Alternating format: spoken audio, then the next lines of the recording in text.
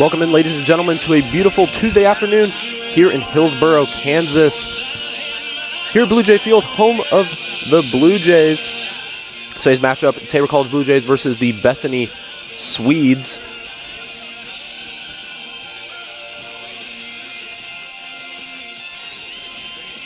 My name is Jim Gassman. I will be your commentator here today, and joined with me is going to be our color commentator, Casey Williams. Casey, how are you doing today? Pretty good, Jim. Excited to be out here at the field. It is a beautiful day. Tabor looking to stay hot, stay on track here, getting into the middle of conference play. They're going to be taking on the Bethany Swedes today. Swept the series against Sterling with a single game on Sunday and a doubleheader. They played yesterday. A slew of home games coming up now during the week. One today, two tomorrow. Thursday they will have off as of right now. And then they will play a single Friday and a double Saturday. Right now, that's scheduled tentative, as we're expecting some rain Thursday as well. Welcome, ladies and gentlemen, to the campus of Tabor. Here's today's matchup history. Tabor leads the record 48-14, losing their last matchup back in May of 2021, where they lost 9-1. Here's today's matchup. Head coach for the Blue Jays, of course, is Coach Mark Standiford, 17-4-1 on the year with a 6-1 conference record in his 14th season. Head coach out of Bethany is Olan Ortiz in his third season. He's 10-17 on the year with a 2-5 conference record. Here's today's starting pitchers for the Blue Jays. It'll be number 10, Austin Seidel, 2-2 on the year with a 3.64 ERA, 39 strikeouts with 11.83 K-9 stat. Starting pitcher for the Swedes going to be number 17, Judd McCall, 2-0 record with a 1.80 ERA, 14 strikeouts, and a 12.6 K-9. Here's today's starting lineup for the Blue Jays, finding his way back in to the starting lineup after starting at Sterling. Designated hitter number 5, Bob Eisenhower, hitting second. Right fielder number 8, Kelsey Weems Jr. Batting third, first baseman number 45, Cody Moore. Coming back from injury and batting fourth, shortstop number 1, Victor Sanchez. Batting fifth, third baseman number 37, Miguel Ramos. Batting sixth, playing left field, number 32, Rudolfo Vasquez the third. Batting seventh, catcher number 2, Leo Aguilar. Batting eighth, center fielder number 29, Tanyan Schaefer.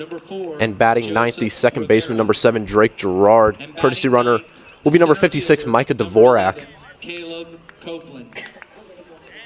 Starting lineup for the Bethany Swedes, playing left field and batting first, number 20, Kenneth O'Farrell. Batting second and doing the catching, number 27, Luis Rodriguez Goritz. Batting third, designated hitter number 12, David Espinal. Batting fourth, first baseman number 52, Hunter Rowe. Batting fifth, second baseman number 13, Luis Ramos. Batting sixth, right fielder number 9, Tyler Freeman. Batting seventh, third baseman number 47, Noel Perez. Batting eighth, shortstop number 4, Joseph Rivera. And batting ninth, the center fielder number 11, Caleb Copeland. Here are the KCAC standings as of right now. McPherson leading the KCAC with a 7-1 conference record. Ottawa, who moved up to 14th in the ranking, that came out this past week, sitting at 6-1 in conference. Tabor tied with Ottawa right now, sitting at 6-1. Friends at 6-2. Kansas Westland at 6-2. York at 5-2. Sitting 7th conference is Avila at 3-5. Oakwood, who dropped out of the top 25 and did not receive any votes, sitting at 2-5 in conference. Bethany at 2-5. St. Mary at 1-6. Sterling at 1-7, and Southwestern rounding out the bottom at 0-8 here in conference to start. Here is today's stream team. The switcher up there is going to be Riley Blue Lingstad, and running the replay and graphics is Aiden Unruh. And batting ninth and playing second base, a senior from Midlothian, Texas. Beautiful Tuesday afternoon here. This Bethany game was supposed to be played last week, as it's part of that midweek conference. As they are in our pool, you know that both McPherson and Bethany are our midweek conference games. Casey, what are some of the things you're looking for here today? Some of the keys for this Blue Jay team to get out and get another win here in conference? Yeah, on the pitching side of the ball, we got to get ahead and stay ahead. And other than that, we really need to be a team that comes out and swings the bat and does what we do best, which is, hit the ball hard, hit the ball in the gaps, and really score a lot of runs, because when you're playing at Tabor, you need to score a lot of runs in order to win games out here. And Seidel getting the start today. He's getting that start today. He was supposed to start yesterday. Didn't start yesterday. I know that you were supposed to start today, but that got pushed up to yesterday. Seidel got a little bit of a stomach bug, wasn't feeling great, so did not play yesterday. Instead, he's going to get the start today, feeling a lot better. I talked to him earlier today. He will get the start, and then going forward, we have 2 against Baker tomorrow. Supposed to have Thursday off. We'll see what the weather does. It's supposed to rain Thursday. And then Friday, we're supposed to have a single against Avila and then a double against Avila on Saturday. As of right now, with a bunch of games coming up, what do you want to see out of this pitching staff as a whole to make sure you're not burning through too many arms and you can stay fresh throughout the entire week? Yeah, definitely. I mean, we have a lot of guys that haven't thrown a lot this year, but definitely have the talent to be throwing. And this is what Skip's been preaching. Next guy up. When it's your turn to throw, you need to be ready to throw. And yesterday, I mean, I was kind of caught off guard going to the field, but Skip's been preaching that stuff will happen, and so we've all been ready for it, and we have a lot of guys that are ready to throw, and they're going to be successful when they throw. We mentioned earlier, a couple key guys found their way back in the lineup this Sunday and Monday here at Sterling. Bob found his way back in the lineup, come back from injury. Same with Victor. How does that do for the offense here going forward? Yeah, that's big for us. I mean, Bob was the guy last year that was receiving votes for being an All-American, stuff like that. He is a heck of a player. He's going to give his all every time he's out there. Same thing with Victor. I mean, Victor is a guy that we have to have in our lineup. He is a key component of our lineup. We picked up well when he was out. I mean, we won games with our backups when he was out, but it is definitely nice seeing Victor out there on the field and seeing that he's going to be out there making plays for us. And it's good to give, even with having those injuries, some of those guys stepped up. They played well, and going forward, if that is the case going forward, you can realize that you have those guys to lean back on to where that they can still get the job done going forward if something were to happen to where guys are going to be out for an extended period of time. Yeah, I mean, we're playing, if I'm right, I think a 55-game season this year. So, I mean, stuff's going to happen. We're going to have the guys that need to slot into certain positions. Guys are going to get hurt. That's just the game. Playing that many games, is just great for your team to see what you have. And Skip knows what he has in this lineup, and he knows that he has 2 starting lineups that he has, and he will put them in when he needs to. So, once again, your starting pitcher, number 10, Austin Seidel. 3.64 ERA, 2-2 on the year, 7 appearances, 6 games started. This will be his 7th start on the season. 32 1/3 innings pitched so far, allowing 21 hits, 23 runs, 19 of those earned. Walking 28, striking out 46, with an opponent batting average of .183. First pitch here coming up soon. Tabor looking to get another win here in conference, move to 7-1. Bethany struggling a little bit early on, looking to get themselves back on track and try to get back into the thick of things here. And, we talked about real season conference now that started. That's like the real season. That means a lot going forward. Bethany starts out slow. They are still a very good team. They lost a couple key guys from last year, but expecting them to play Tabor hard today. So we have the throwdown from Aguilar. First pitch coming up here in just a second.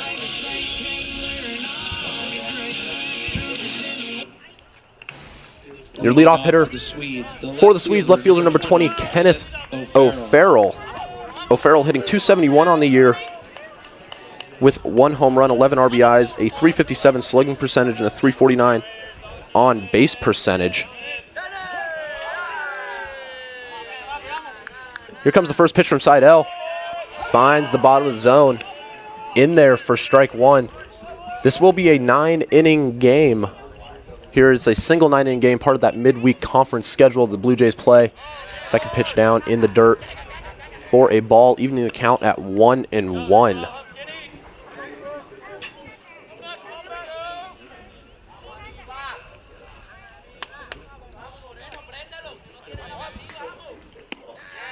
One pitch misses just down, moving the count to 2-1.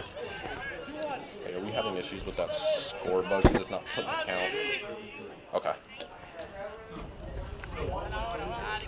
2-1 pitch can be fouled off by O'Farrell, moving the count to 2-2. And there we have the foul ball hitting the top of our indoor. You gotta love that sound, don't you? Happens quite frequently sometimes. Sometimes when they hit right above us, they'll give you a little bit of a scare. 2-2 pitch. That Boy, one, another one. that one fouled into the dugout, makes a loud clank right below us. Hopefully that didn't really hit anyone down there. No, that thing came in hot though. That thing was flying off the bat right there. O'Farrell late on that one, lines it in to the Blue Jay dugout. Count still 2-2. He's going to line that one down the right field line. That one's going to be fair. Weems chasing after it. O'Farrell's going to have a double easily. That one bounces away from Weems. He's going to come up firing, and that's going to be a leadoff stand-up double for O'Farrell. Good two-strike hitting by O'Farrell. Not letting Seidel try and get the fastball by him. Just punches it down. The right field line went with that pitch. Tell you what, that thing barely got by Cody over there at first base. He about got that one. That would have been pretty exciting to see first play of the game, wouldn't it? Coming up now is going to be the catcher, number 27, Luis Rodriguez-Goritz. Goritz hitting .351 on the year, 2 home runs, 19 RBIs, and a .514 slugging percentage. Lefty hitter. As we know, this ballpark very hitter-friendly, especially that right side with the short porch. It still has a high fence there in right field. Wind, I'm happy to say, is for once not a factor today, as that flag is sitting straight down out there in center field. The first pitch from Seidel missed for ball 1. Runner on second for the Swedes, looking to strike first here early. That one finds the top of the zone, moving the count to even at 1-1.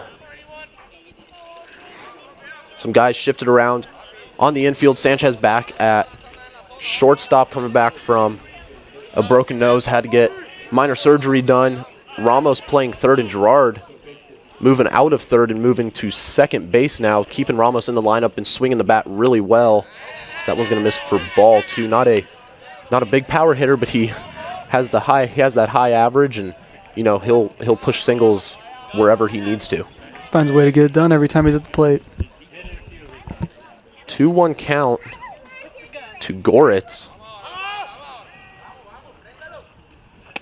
He swings through that one, moving the count to even at 2 balls and 2 strikes.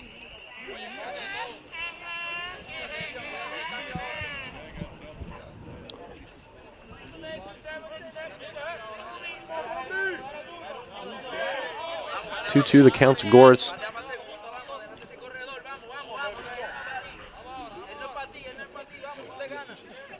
Here comes that 2-2 pitch. And that one finds the corner for strike 3. So Goritz goes down looking at the fastball for strike 3, and that'll bring up the designated hitter, number 12, David Espinel. Number 12. This is a big-time pitch right there for Austin Seidel. He painted that thing right on the outside corner. Great spot by Seidel, as Casey mentioned. And Espinel coming up, hitting .348 on the year with 24 hits, 3 doubles, 1 home run, 9 RBIs, and a .435 slugging percentage. That first pitch going to be fouled straight back. There you can see the view you're looking at right now, that camera out there on the scoreboard in left center. We're hoping to get that camera up in dead center soon so that you guys will have that view from right above the pitcher's shoulder. Hopefully by the end of this week, if not by the next time we have our home game next week, which will be Tuesday here against McPherson. A huge matchup right now set up, as that one is spun in there, moving the count to no balls and 2 strikes. Good to see Seidel there being able to flip that curveball in there for a strike.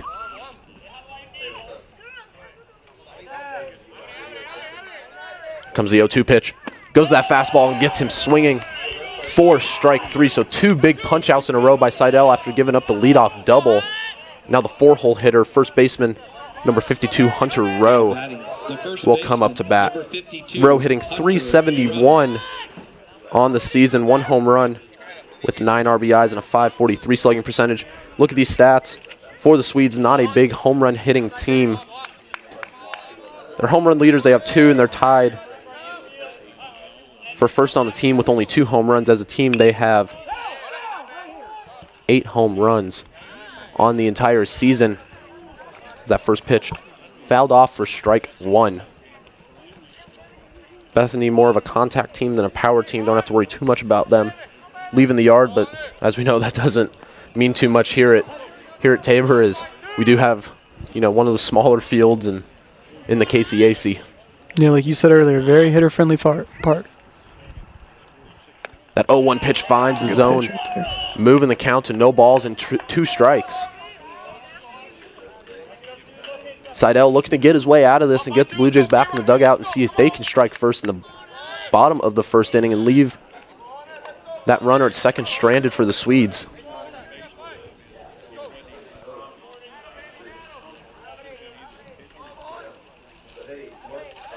Oh, 2 pitch from Seidel. Just misses outside, moving the count to 1 ball and 2 strikes. A good 0-2 pitch by Seidel. Yeah, he thought he had that one there, and I'm gonna be in agreement with him there. That was a good pitch. Just missed outside according to the home plate umpire. So here comes that 1-2 pitch. And that one goes to that off speed and flips it in there for strike 3, locks up Rowe. Bethany gets the leadoff man on with a double. They're going to leave him stranded at second. So we're going to go to the bottom of the first. Blue Jays looking to strike first. Panzer Chiropractic Clinic is a supporter of Tabor College and proud to treat our Tabor students and athletes. Panzer Chiropractic Clinic offers affordable chiropractic care for the entire family. We offer spinal adjustments and cold laser therapy, decompression and flexion distraction therapy, and are board certified in acupuncture as well as DOT certified. Come see us at 122 South Main Street in Hillsboro or call Panzer Chiropractic Clinic for an appointment today at 620-947-3157. Think about how good it feels when people really get you. Like the friends who come over when a big game is on, the neighbors next door who always bring your favorite buffalo dip, your in-laws who know you need silence during the clutch plays, and everyone who knows about your special post-win fist bump. It's kind of like having a State Farm agent like Paul Brooks. Paul is here to get to know you and understand your life, so he can help make it easy for you to protect what's important. Get an agent that gets you and your fist bumps. Call State Farm agent Paul Brooks in Wichita at 316-721-8181. At Baumgars, we want to be your one-stop shop. From DeWalt power tools to workwear and footwear, plus seasonal goods, livestock feed, pet food, and so much more. Family owned and operated for more than 70 years, we knock ourselves out to deliver legendary customer service. And with more than 100 stores serving customers from the Midwest to the Rockies, we strive to have what you need when you need it at Baumgars. Welcome back. Bottom of the first we go. Score 0-0. Blue Jays looking to strike first. Starting pitcher once again for the Swedes going to be number 17, Judd McCall. McCall with a 1.80 ERA, 2 wins, no losses. This will be his first start on the year, his 10th appearance. Has 2 saves on the year, 10 innings pitched, 10 hits allowed, 3 runs, 2 of those earned, 7 walks, 14 strikeouts, so a 2-to-1 strikeout to walk ratio with a .286 opponent batting average. And leading it off will be the designated hitter number 5, Bob Eisenhower. Eisenhower found his way back in the lineup here in this past series against Sterling, coming back from that foot or ankle injury. And we saw his presence immediately there in Sterling with putting stress on the defense, and that's what Bob does well. He can drive it out when he needs to, but more of a contact guy. Really puts stress on the defense. Good to have that speed back on the base paths. Yeah, most definitely. He's a guy that can, really make or break a game for you. He's a very fast individual. He's what you consider a 5-tool. He can swing at both sides of the yard. He can take a ball out if he needs to, and he swipes a lot of bases. So Eisenhower watches that first one in there for a strike.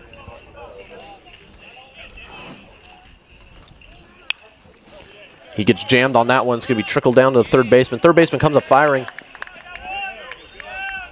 with a good throw over to first for out number 1.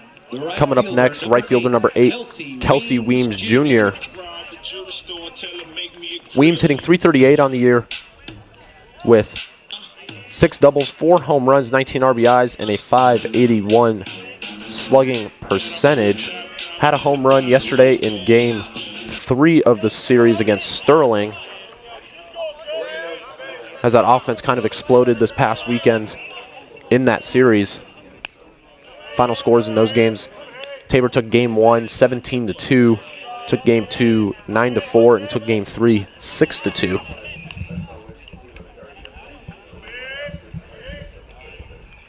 One 0 pitch from Weems, swings and chops that one foul.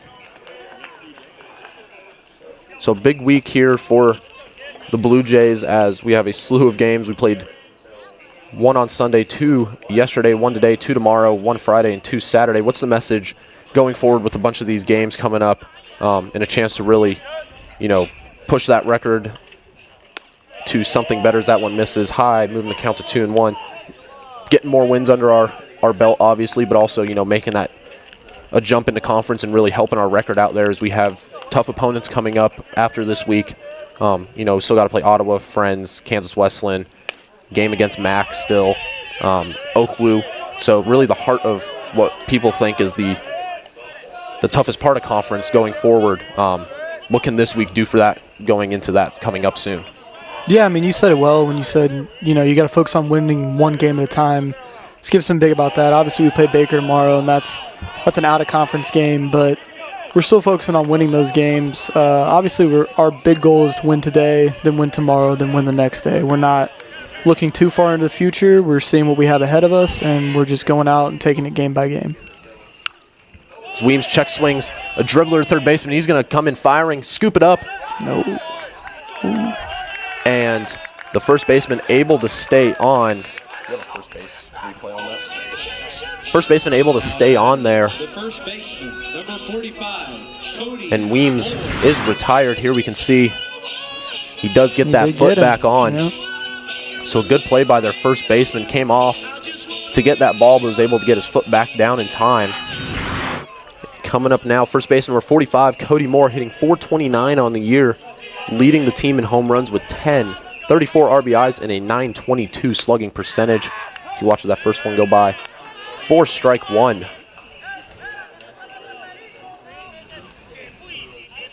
Yep, I'll yell at them. That was definitely a big play over there by that first baseman. He somehow kept his foot on the bag, went on the other side of the line, which is, a tricky play any first baseman will tell you. And he snagged that ball and somehow got his foot back on the base, so I give him props for that. More waves at that one. Moving the count to no balls and 2 strikes, 2 outs in the bottom of the first. That one's going to miss outside. 4-1. Count now 1 ball and 2 strikes.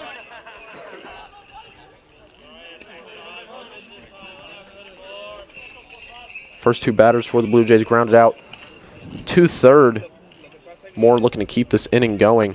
That one's going to be down in dirt. Moving the count to even at 2-2. Cody's been swinging a hot bat lately, so hopefully he can keep it up here in this at-bat. And he didn't play. He was another one of the victims with the stomach bug that the GI that's been bug, going. yeah. That's been going around as Moore swings through that one for strike 3. So the Blue Jays go down in order 1-2-3. No hits there in the inning. We'll go to the top of the second. Score still tied 0-0. Many of you know that the Eitzen Agency insures churches, Christian schools, and other related ministries. A coverage that is overlooked for most businesses is proper cyber liability. Has your business ever been hacked? Do your employees click on links that they shouldn't? Your business could be shut down and have extreme costs if this happens. Cyber liability can reduce these costs. Give us a call at the Eitzen Agency to discuss this valuable coverage for your business at 580-227-2553 or find us online at eitzenagency.com. Hillsboro Ford is your local, family-owned and operated full-service Ford dealer, serving Marion County and the surrounding areas. Come and see us at Hillsboro Ford for all of your automotive needs. Whether it's purchasing a new or used vehicle or visiting our well-trusted service department, our staff is committed to give you a top-notch experience. We service every make and model and can handle all service jobs, including tires. We're at 202 South Main Street in downtown Hillsboro and online at hillsborofordks.net. Hillsboro Ford, where service makes the difference. Infinity Fitness is open 24/7 for all of your fitness needs on your schedule. Whether you're looking to improve on basic health knowledge or are looking to powerlift or bodybuild, start with Infinity Fitness. We've got the facilities, trainers, and equipment to help you meet your goals. Join the Infinity Fitness family today. Call us at 620-877-0220. Infinity Fitness is located at 115 North Main Street in Hillsboro and online at Infinity Fitness. Top of the second inning we go. Leadoff hitter here in the second going to be the second baseman, number 13, Luis Ramos. That first pitch is watched. In there for strike one, Ramos hitting .377 on the year, 9 doubles to his name, 9 RBIs, and a .507 slugging percentage.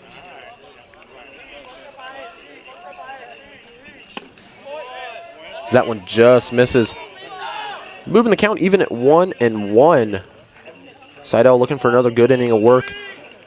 Put another 0 up on the board, see if the Jays can strike first in this game. That one's going to be grounded to the shortstop. Sanchez, who fields it cleanly and comes up firing over to Moore for the first out. Coming up now, right fielder number 9, Tyler Freeman. Freeman hitting .204 on the year. 11 hits to his name, 1 home run, 7 RBIs, and a .259 slugging percentage. As we're sitting up here, we want to give a good shout out to one of our guys who's on spring break right now, Boone Hicks. You know, he's on a nice little spring break trip, and you know he's been texting me today, so I want to give him a good shout out and say hi to him. Hello, Boone. Hope he's doing well on his trip. Hope he's doing well. Seidel's able to get ahead. No balls and 2 strikes.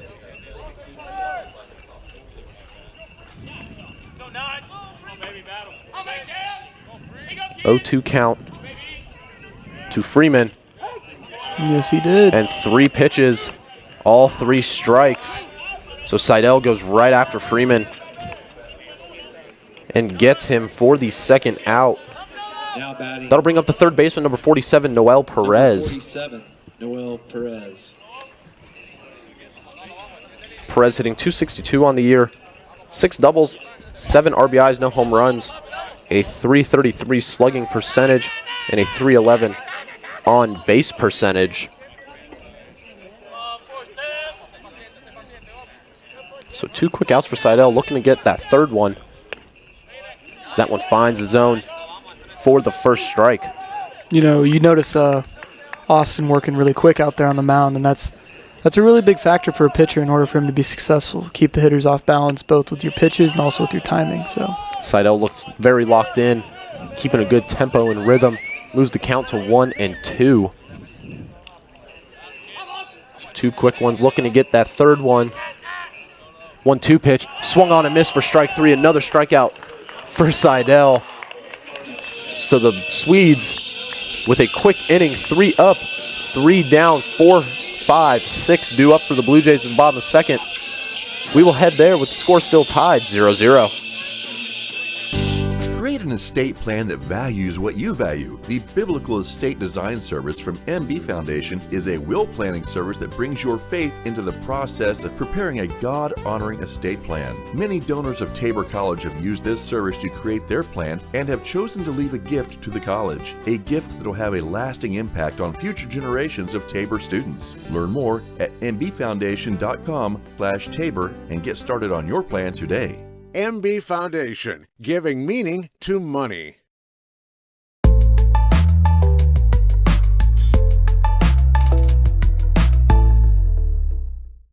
Panzer Chiropractic Clinic is a supporter of Tabor College and proud to treat our Tabor students and athletes. Panzer Chiropractic Clinic offers affordable chiropractic care for the entire family. We offer spinal adjustments and cold laser therapy, decompression and flexion distraction therapy, and are board certified in acupuncture as well as DOT certified. Come see us at 122 South Main Street in Hillsboro or call Panzer Chiropractic Clinic for an appointment today at 620-947-3157.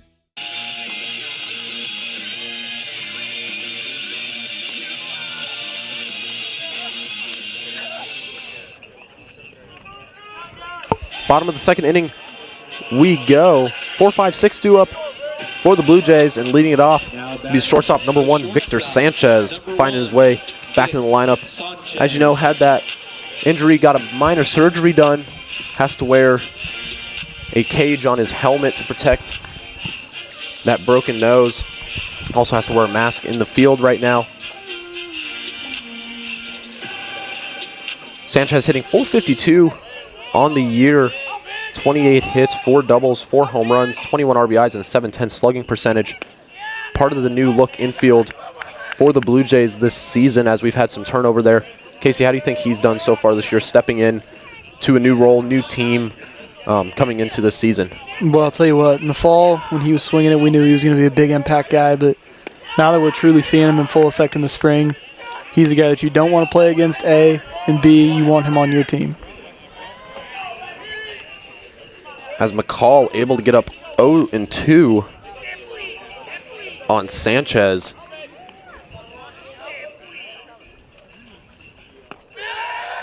As he swings at that one for strike 3. So Sanchez goes down on strikes, and that'll bring up the third baseman, number 37, Miguel Ramos.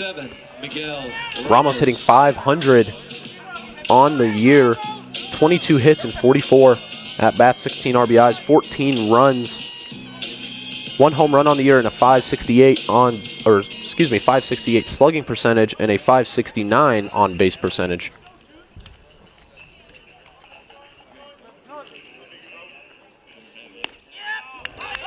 As Ramos watches that first one go in there for strike 1. Credit so far to the Swedes pitcher, really getting ahead and attacking these Blue Jays hitters, not scared to go right after him here and make them try and beat them. Ramos fouls that one off, moving the count to no balls and 2 strikes. Yeah, if you were going to tell me before we got here today it was going to be 0-0 in the second inning at Tabor's baseball field, I would have said there's no way, but now we're here and we see it, and it's kind of crazy to see, but typically it's a very hard accomplishment to do, is that one will miss inside, moving the count to 1-2. Yeah, you know you did something here if you throw a 9-inning or a 7-inning shutout at Tabor College. That's quite a feat right there. 1-2 the count to Ramos, looking to get this offense rolling for the Jays, as he's going to ground that one to the shortstop, who fields it cleanly, comes up firing and gets Ramos out. So 6-3 put out. Ramos will be retired. That'll bring up left fielder number 32, Rodolfo Vasquez, the third, hitting .373 on the year, 9 home runs, second on the team in home runs, 26 RBIs, and a .813 slugging percentage. Has came around to score 22 times this season as well. So the Blue Jays still looking to try and get in the hit column here in the bottom of the second with 2 outs. That one's going to be down in the dirt for ball 1.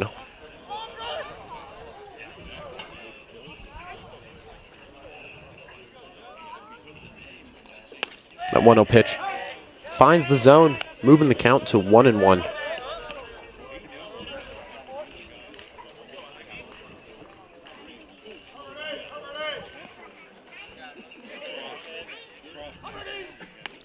Vasquez watches that one go by, moving the count to 1 ball and 2 strikes.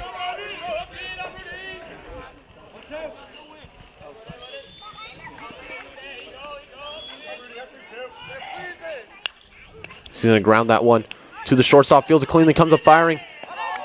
And the Blue Jays will go down in order again, 1, 2, 3. Nothing in the inning for the Blue Jays. Another 0 goes up on the board. We'll go to the top of the third. Score still 0-0. At Baumgars, we want to be your one-stop shop. From DeWalt power tools to workwear and footwear, plus seasonal goods, livestock feed, pet food, and so much more. Family owned and operated for more than 70 years, we knock ourselves out to deliver legendary customer service. And with more than 100 stores serving customers from the Midwest to the Rockies, we strive to have What you need when you need it at Baumgars.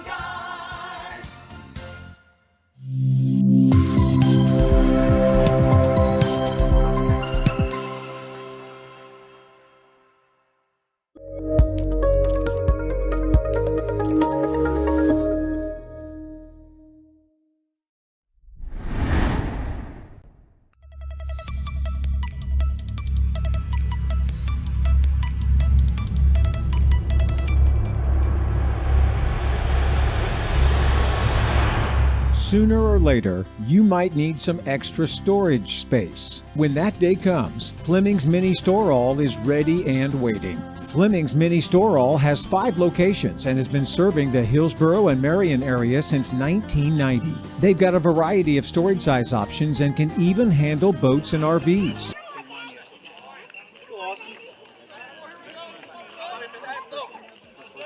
Top of the third inning we go. Score 0-0. Only hit in this game belongs to the Swedes. That first pitch is going to be line foul. That was by the shortstop, number 4, Joseph Rivera. Rivera so far on the season hitting .282 with a double and a triple and a .324 slugging percentage, has 5 RBIs on the season. Good pitch there to get ahead for Austin. Count moves to no balls and 2 strikes. So that one's going to be flared to Gerard on a one-hopper, who's going to easily flip it over there to Moore for the first out. So coming up now, the 9-hole hitter, center fielder number 11, Caleb Copeland. Copeland hitting .067 on the year with 1 hit, 2 RBIs. Has walked 3 times and a .222 on base percentage.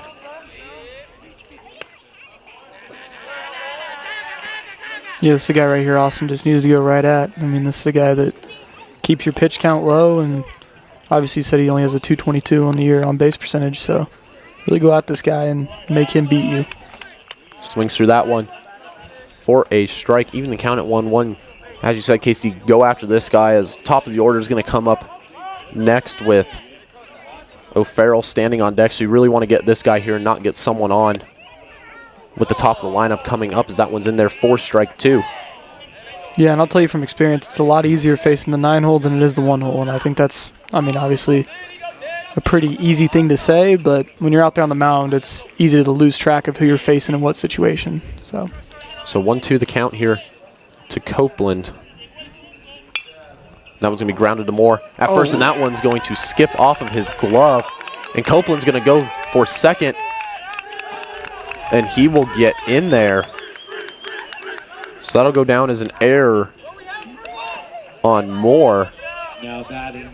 Very uncharacteristic. It seemed that one kind of just skipped up on him, hit off of him. So Copeland able to get onto second base there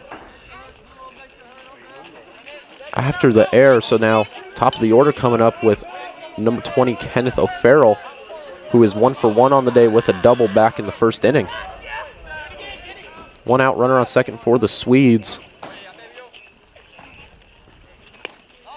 That one's going to be looked at for ball 1.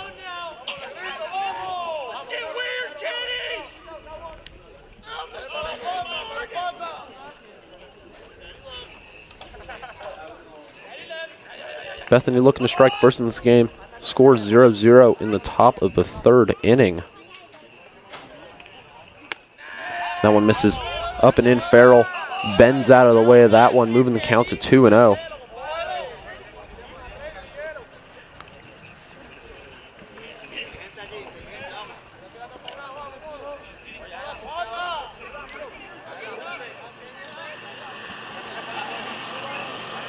Two balls, no strikes. Here's that 2-0 pitch. That one's going to be popped up to Seidel. Well, that's nice to get there as a pitcher, I'll tell you that. That'll be the second out. Number 27, Luis Rodriguez.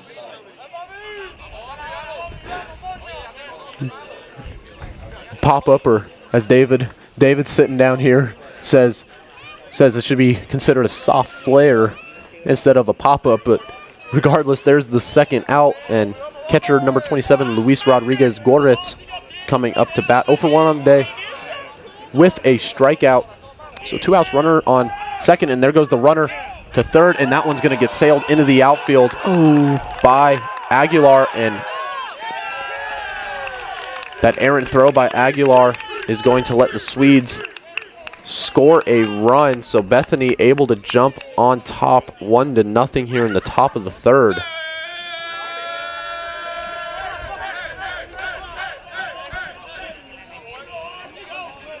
Yeah, you don't see that out of Leo often, I'll tell you that. He's a very solid arm, glove, bat, as solid as they come. So that's not normal for Leo. And Rodriguez Goritz pops that one foul, moving the count to even at 1-1. So an uncharacteristic throw there by Aguilar. Sails in the outfield as Copeland was stealing third. Since that ball found the outfield, he's able to score easily. That one's going to get lined into right field for a 2-out single for the catcher. Courtesy runner going to come on now for the Swedes, and it looks like it's going to be number 22, Christian Healer. So coming up now is the designated hitter, number 12, David Espinal. Espinal 0 for 1 on the day with a strikeout in this game. So the Swedes strike first. And a runner on first with 2 outs now after the 2-out single by Goritz.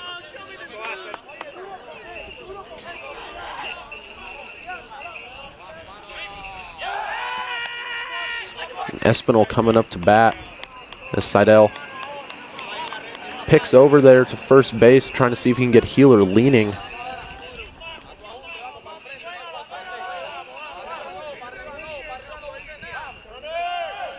And there he goes. That one is going to get popped out of play. Moving the count to no balls and 1 strike. So Healer moving on that one. He's going to have to go back to first.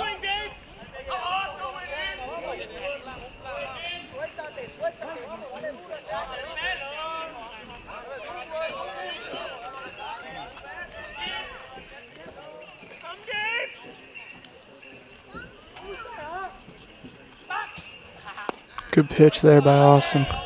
Finds the bottom of the zone. Moving the count to 0-2. In control here in this at-bat.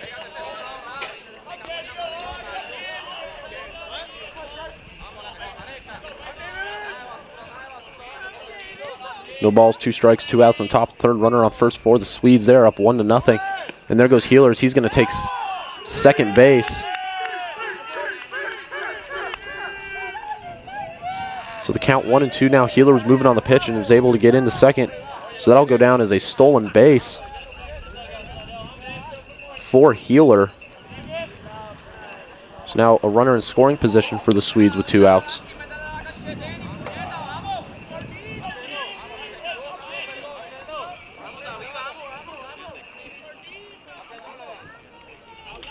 And there goes Healer for third, as that one's going to be fouled off. So he'll have to go back to second.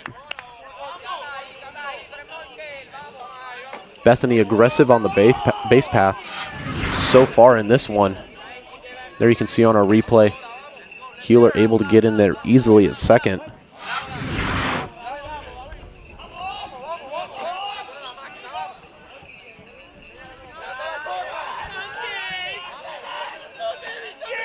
One ball, 2 strikes. So that one's going to be fouled off. Keeping the count where it's at 1-2.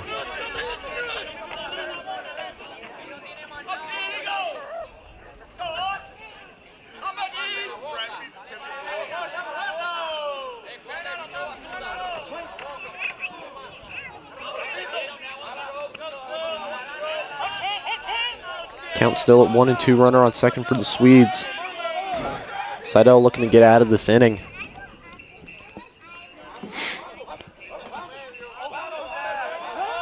And there goes Healer for third. But time was called by the batter. That was about as good a pitch as Austin's going to make right there. That baby was... I don't think he would have hit that even if he would have tried. A good pitch, but that'll be negated as the count will stay where it's at. Batter calls time. Healer was moving on the pitch. Comes 1-2 pitch. And he's going to get him swinging for strike 3. It was a great curveball by Austin there. So the Swedes get one in the top of the third off of an errant throw by Aguilar. So we are going to go into the bottom of the third. Blue Jays looking to answer back and either tie or take the lead. Score 1-0 Swedes.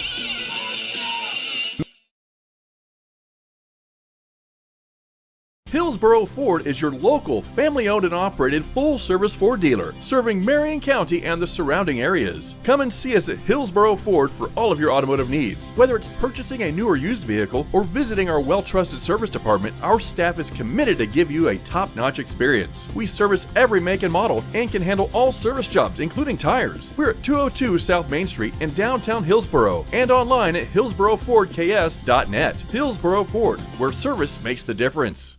Infinity Fitness is open 24/7 for all of your fitness needs on your schedule. Whether you're looking to improve on basic health knowledge or are looking to powerlift or bodybuild, start with Infinity Fitness. We've got the facilities, trainers, and equipment to help you meet your goals. Join the Infinity Fitness family today. Call us at 620-877-0220. Infinity Fitness is located at 115 North Main Street in Hillsboro and online at infinityfitnessks.com.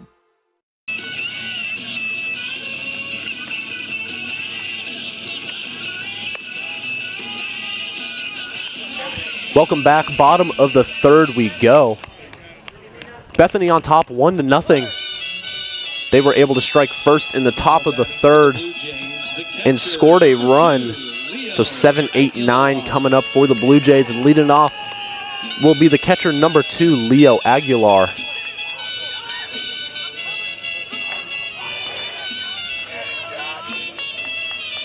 Aguilar hitting .333 on the year, had 2 home runs in the third game yesterday, has 7 on the year, 27 RBIs, and a .767 slugging percentage. And Aguilar, as we know, as he watches that first one go by for ball 1, claiming his name this year with hit by pitches. I was told he's 8 away currently right now for breaking the Tabor record for most hit by pitches in a single season. Yeah, it's an odd thing too, because he doesn't crowd the plate, he doesn't get up on it or anything like that. He's just a ball magnet, and that's just how that goes. It just finds a way, and you look at that side of the stat line for him. And Aguilar hit by the pitch 13 times so far this year, has 20 walks. That one misses. Moving the count to 3 balls and no strikes, and I looked at that real quick, and he got hit by a pitch 13 times, and he's only struck out 14 times. So he's getting hit by a pitch almost as many times as he struck out this year. Yeah, I mean, Leo's a guy he's a team guy. I'll tell you what, he'll do whatever he has to do for this team to win. That 3-0 pitch finds the zone for strike 1, moving the count to 3-1. On base percentage at a .570 right now.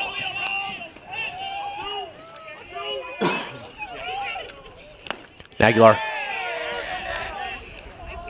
ticks that one, finds its way into the catcher's glove. Boy, you'd like to have that one back. He'd take a big swing at that one. Saw something he likes, but comes up empty. Moving the count to 3 balls and 2 strikes. 3-2 pitch from Aguilar is going to be fouled off. Watch out over there. Luckily that didn't get anybody, but sure was close. Aguilar fights that one off. Keeping the count where it's at 3-2. Looking to find his way on and get something moving here for this offense.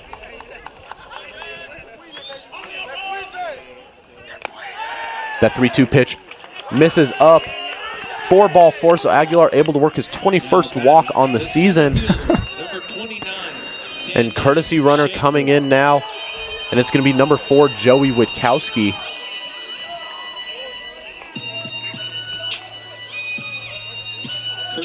So Witkowski will be the courtesy runner for Aguilar. And coming up now, center fielder number 29, Tanyan Schaefer. There you can see hitting .343 on the year, 22 RBIs. Came around and scored 21 times. Schaefer with 4 home runs on the year and a .657 slugging percentage.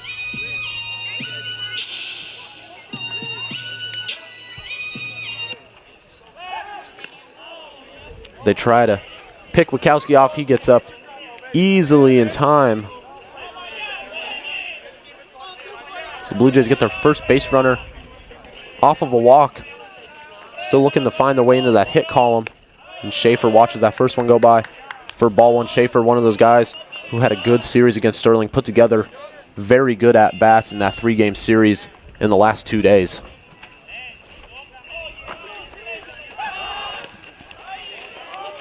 Yeah, at the beginning of the year, even Skip said Tanium was going to be a big bat for us, and he definitely has showed up, and he's definitely that guy this year. He's a big bat, and every single one of us loves him in the lineup every single day.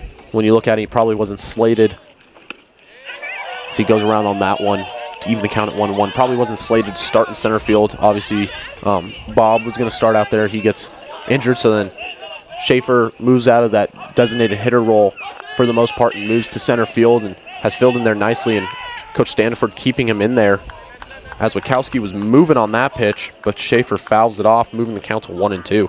Yeah, I mean, if there's an NAIA Gold Glover out there, it is definitely Tanium Schaefer. That kid will go pole to pole, and he will run every baseball down that you hit at him. He's a gamer out there, and he loves to play the game. So 1-2 the count to Schaefer. Wachowski on first, and they try to pick him off again, but he'll get back easily. Well, he really didn't want him over there, does he?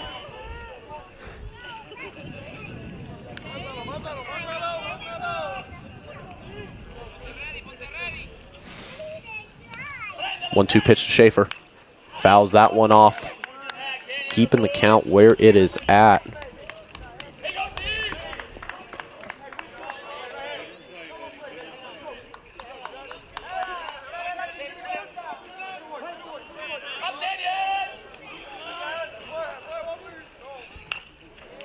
Good piece of hitting by Schaefer, fouling off all these close pitches, keeping it at 1-2, making McCall work in this at-bat.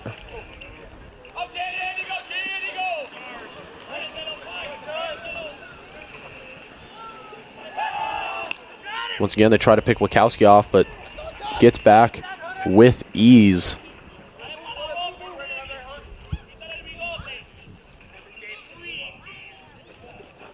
One-two pitch swung on and missed by Schaefer for the first out, so Schaefer goes down on strikes.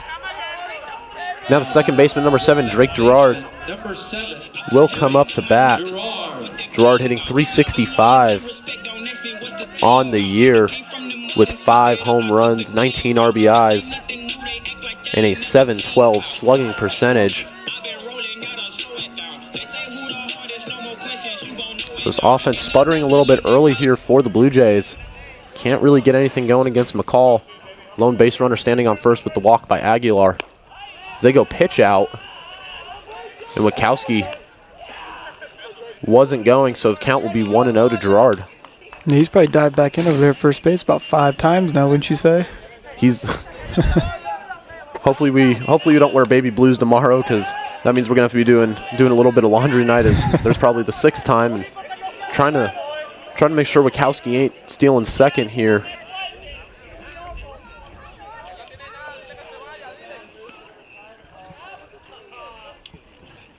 .1-0 pitch. Misses up. Looked like he went to his off speed. Moving the count to 2 balls and no strikes.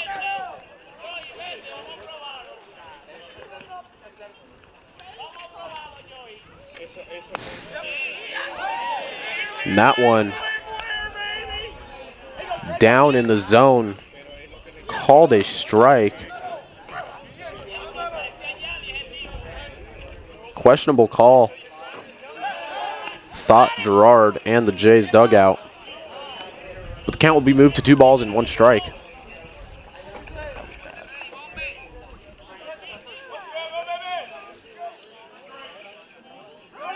And there goes Wachowski. That one is up and into Gerard.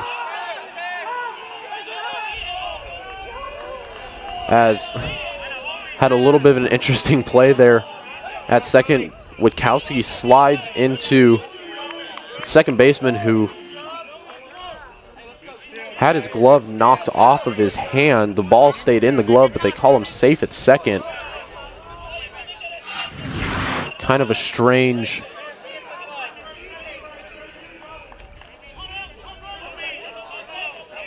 sequence out there at second.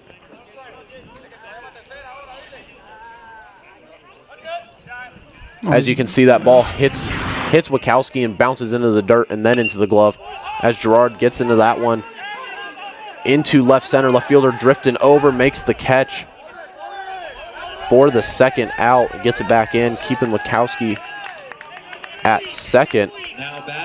So 2 outs here in the bottom of the 3rd, and that lineup will flip over Bringing up the designated hitter, number 5, Bob Eisenhower. 0 for 1 on the day with a ground out to third in his first at-bat.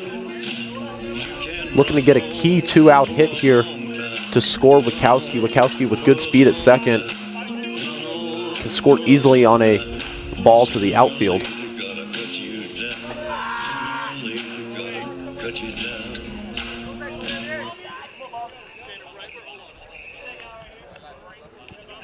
Two outs in the bottom of the third.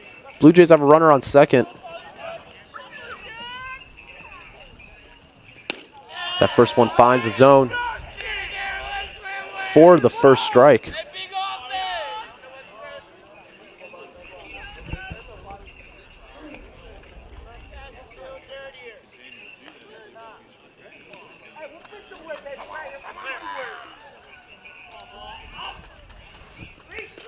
And that one going to go down as a wild pitch from McCall. And Wachowski able to move up to third easily. A lot of different ways now the Blue Jays can try and score that tying run at third.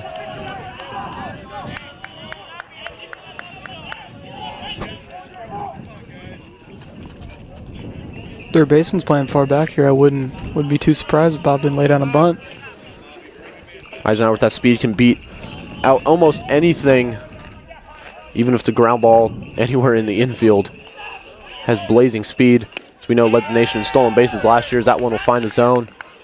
Moving the count to 1-2.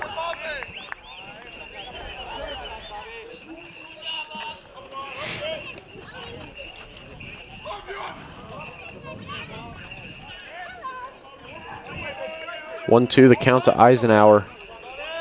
So he's going to call time and reset real quick.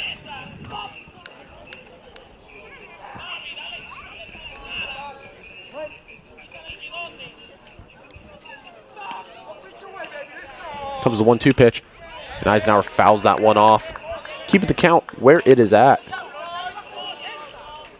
Blue Jays looking for anything right here to tie this game up at 1 apiece.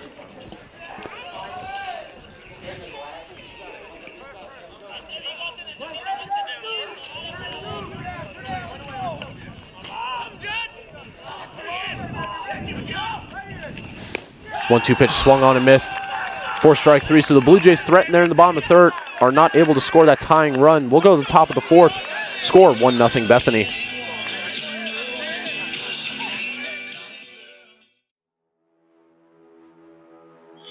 Welcome in, ladies and gentlemen, to another day of Tabor College baseball.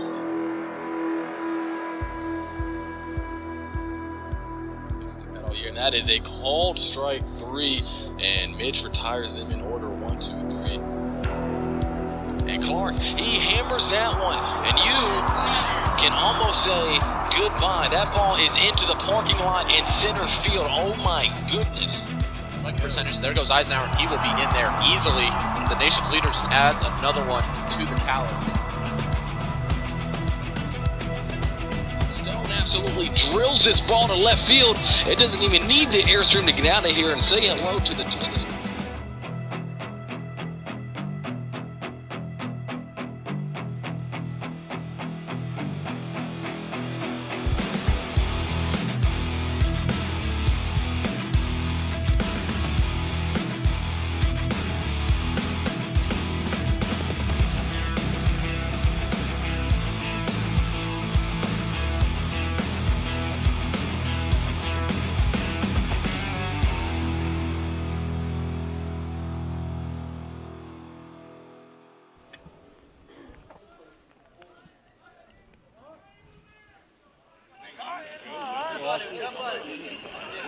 Top of the fourth inning, we go. 4-5-6 due up for the Swedes, and the first batter be number 52, Hunter Rowe, 0 for 1 on the day with a strikeout.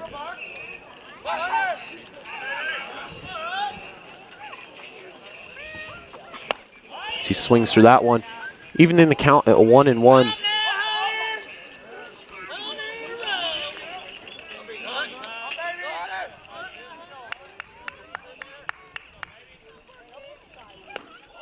Rose swings through that one, moving the count to 1 ball and 2 strikes.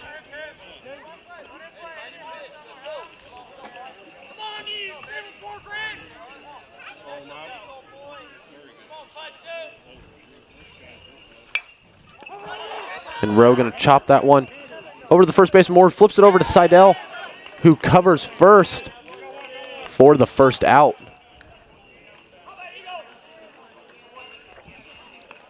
Now batting. So coming up now, second baseman number 13, Luis Ramos.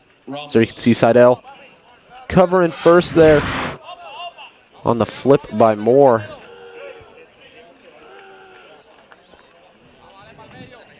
Ramos coming up to bat 0 for 1 on the day here in this single 9-inning game.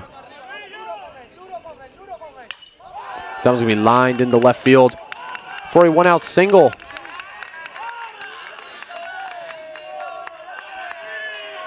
So Ramos with a 1-out single.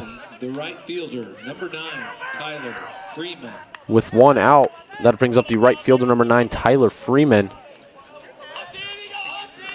Freeman 0 for 1 with a strikeout in this game. Seidel looking for that double play ball. As there he goes. That one's going to be skied into right field. Weems going back on it. He's going to make the catch. He's going to fire over to first.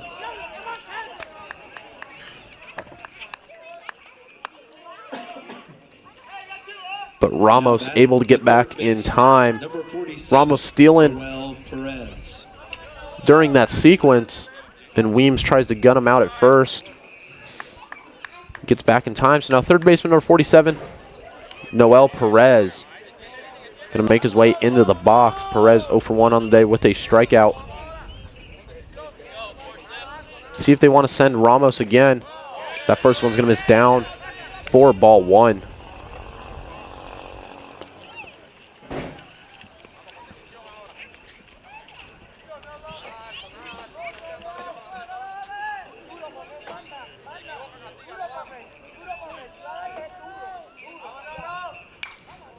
That one's going to get skied in center field. Schaefer coming in on it, and he will put it away for the third out.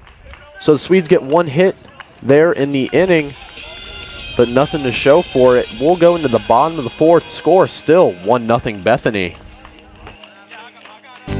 Create an estate plan that values what you value. The Biblical Estate Design Service from MB Foundation is a will planning service that brings your faith into the process of preparing a God-honoring estate plan. Many donors of Tabor College have used this service to create their plan and have chosen to leave a gift to the college, a gift that will have a lasting impact on future generations of Tabor students. Learn more at mbfoundation.com/Tabor and get started on your plan today.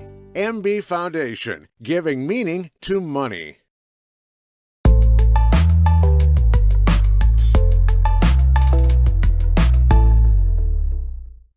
Panzer Chiropractic Clinic is a supporter of Tabor College and proud to treat our Tabor students and athletes. Panzer Chiropractic Clinic offers affordable chiropractic care for the entire family. We offer spinal adjustments and cold laser therapy, decompression and flexion distraction therapy, and are board certified in acupuncture as well as DOT certified. Come see us at 122 South Main Street in Hillsboro or call Panzer Chiropractic Clinic for an appointment today at 620-947-3157.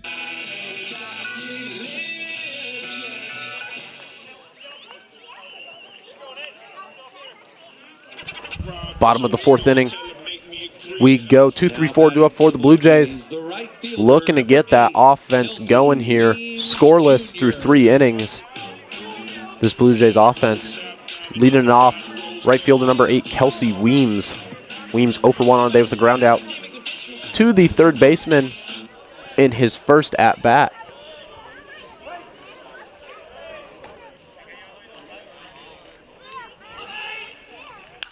And Weems going to ground that one through the hole between short and third, so that's going to be the Blue Jays' first hit. So Weems' first pitch swinging gets the Blue Jays in the hit column. Leadoff man able to get on for Tabor. That'll bring up the first baseman, number 45, Cody Moore. 0 for 1 on the day with a strikeout. Weems going to be standing on first now. So Casey, one time through the lineup, they obviously, offense didn't get going the way they wanted to or the way we thought they would. what do you think they need to do better going forward to start putting some runs up here on the board and give themselves the lead, at least tie it or give themselves the lead here? Yeah, I mean, from watching McCall in these situations, he has made some big pitches, and I will tip my hat to him there. Looks like he's got a pretty good changeup, and his fastball's got some lively movement on it. I think this time through the order we'll actually adjust, and we'll start seeing our pitches here and really doing what we need to do. Some more swings through that one, even the count at 1-1. You said give credit to McCall. Has 4 strikeouts so far, only 1 walk. Just let up his first hit. Right now, what I'm seeing on their stat line too is, he's thrown 48 pitches, 32 of those strikes. Math makes it 16 balls, 32 strikes, so 2-to-1 strike to ball ratio there. So a good job by McCall not being afraid of this. How we know how dangerous this lineup is with putting runs up on the board. So you got to give credit to him for going straight after these hitters and trying to make them do something. Definitely, he's in the beginning of your starts and stuff, you really want to fill up the zone and establish your strike zone and your pitches. Later on, that can come around to bite you if you're filling up the zone too much. But I'd say his 2-to-1 ratio is pretty good there, and that's kind of where you want to be. That's where a lot of major leaguers are and stuff. And they're, you could say that those 16 balls that he threw in, a couple of them are waste pitches on those 0-2 counts or 1-2 counts and stuff. So you got to tip your hat to him. He is throwing very good. 1-2 the count to Moore. He's going to ground that one foul, keeping the count where it is at.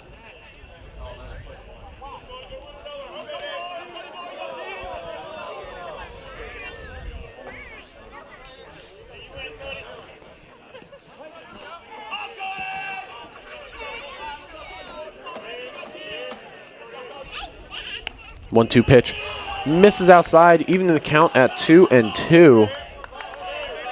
Weems with the leadoff single here in the bottom of the 4th. Moore up to bat. Blue Jays looking to tie this one up or take the lead here in the bottom of the 4th inning. Yeah, one good thing about Cody being up there at the plate is he likes to hit nitty count. That kid is a pure hitter up there, and doesn't matter if it's 1-2, 2-2, 0-0. He likes to swing the bat, and he's dangerous no matter what count you get him in. As Moore swings through that one. 4 strike 3. So a huge out for McCall. So he gets one of the most dangerous hitters in the lineup. Another one coming up here with the shortstop, number 1, Victor Sanchez. 0 for 1 on the day with a strikeout. Let's see if Victor can get something done here this at bat. He's been seeing the ball well, it looks like. So see if they can get that offense rolling here in the bottom of the 4th.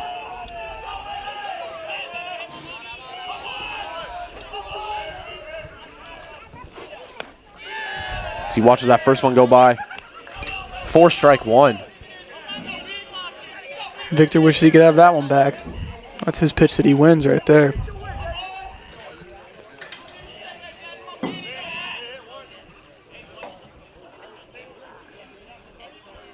Weems still standing over there at first.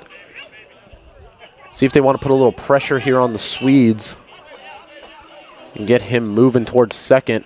As there's the pitch out. Weems not going on that one. Even the count at 1-1.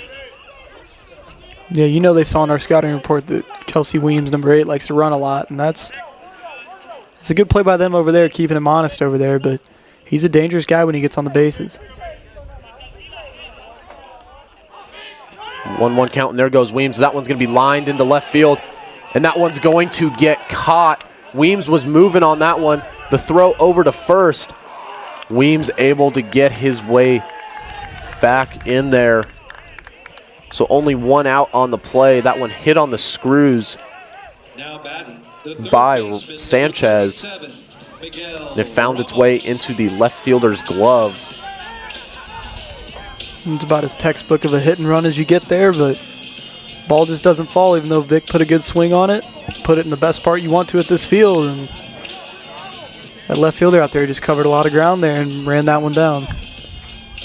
Coming up now, third baseman number 37, Miguel Ramos, 0 for 1 here in this game with a ground out in his first at-bat.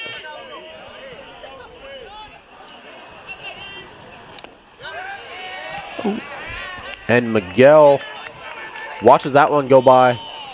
for a strike.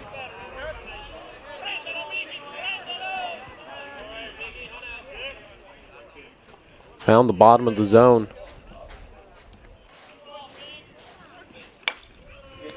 As Ramos grounds that one up the middle. Another classic Miggy hit right there. He's with a good base at that, hit. isn't he? Tell you what, I can't tell you how many of his hits. I'd say at least half have to be that exact hit right there, up the middle or in the 4-hole or 6-hole. But that's why they say you hit the ball, good things happen. So 2-out single by Ramos. That'll bring up left fielder number 32, Rodolfo Vasquez, the third. 0 for 1 in this game, was retired in his first at-bat, looking for a key 2-out hit. As he's out in front of that one, kind of corkscrews it down that first base line, and they're going to touch it foul.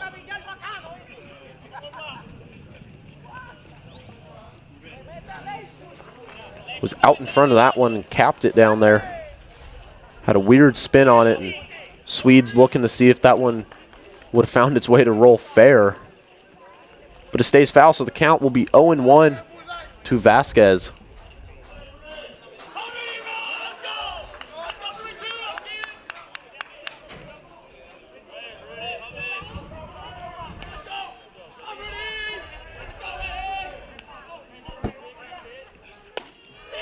And that one will miss up for ball one, moving the count to 1-1.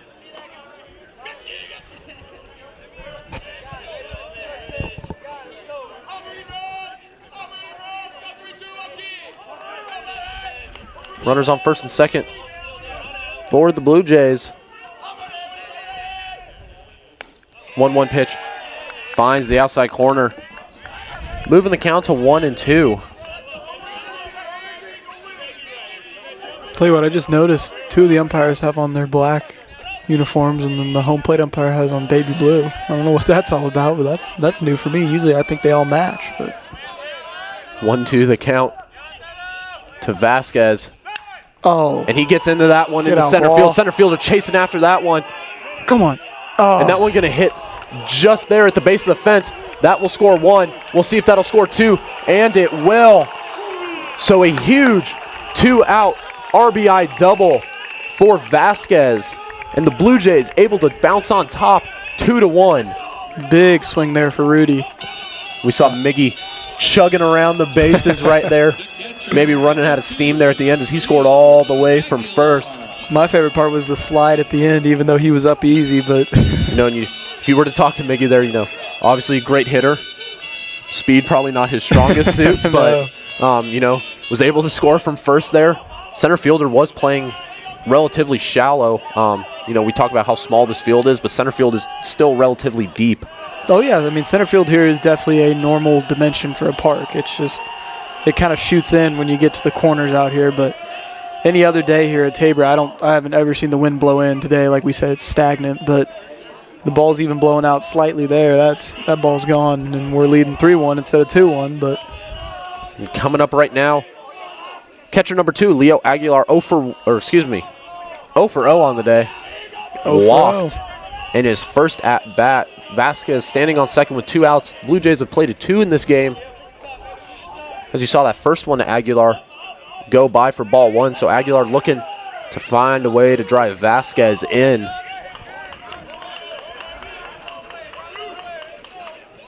Yeah, this is the time when the Blue Jays really need to get to McCall here and put up a couple runs on him, because he kind of looks like he's tiring a little bit. He's still hitting his spots well, but he's missing a couple pitches here and there, and that's what Rudy capitalized on in that situation.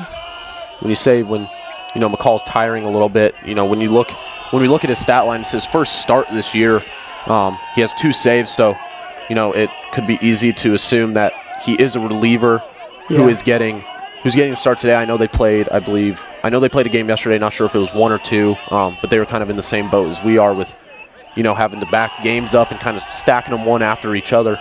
So maybe Bethany going to a bullpen guy to start this game off and one of their better arms on their team, and he's done a great job so far. But like you said, could be getting a little tired because he hasn't started a game this year and missing some pitches right now here in the 4th. Yeah. Count it 2-0 to Aguilar.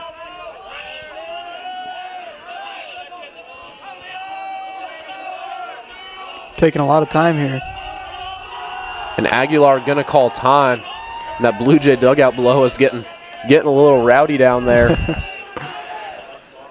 Yeah, this year they threw in the 20-second violation, so I'll be curious to see what the umpire does here about him going over 20 seconds. But he comes pretty quick there. And that one's going to miss up for ball 3. So 3-0 count. And there you can see that dugout, and they're getting a little loud down there, getting crazy, trying to get to McCall a little bit. We have our window open up here. We can hear him clear as day. They're loving it. This is the best time of the year to play baseball. Sun's out, weather's nice, and that's when you get the rowdy dugouts. Oh, 3-0 pitch. heads up. Line in the dugout, and Swedes are pointing at Aguilar saying, hit it between the lines, or at least not at us. Yeah, Jake Jones must have given him the green light there because Leo wanted that pitch. Hit it hard. Found the Swedes dugout, so count moves to 3-1. Oh, he Another does it again. Aguilar peppering that Swede dugout over there as that one hits the netting in front of him. Count full at 3-2. Screamer ground ball over there. So count full at 3-2. Oh, and there's his hit there's by pitch number for the 14. day. Tell you what, it happens every single game. I'm happy to say we are now 7 away from a new record here at Tabor College with hit by pitches. He's got to be rivaling the national record too. I don't know what that is. And there we can see everyone getting. There we can see that dugout getting rowdy down there for Leo's 14th hit by pitch on the year. And Wachowski will come into courtesy run. And coming up now, center fielder number 29, Tanyan Schaefer, 0 for 1 on the day with a strikeout. Blue Jays have runners on first and second with 2 outs in the bottom of the 4th, looking to get a couple more here and extend this lead that they were able to take.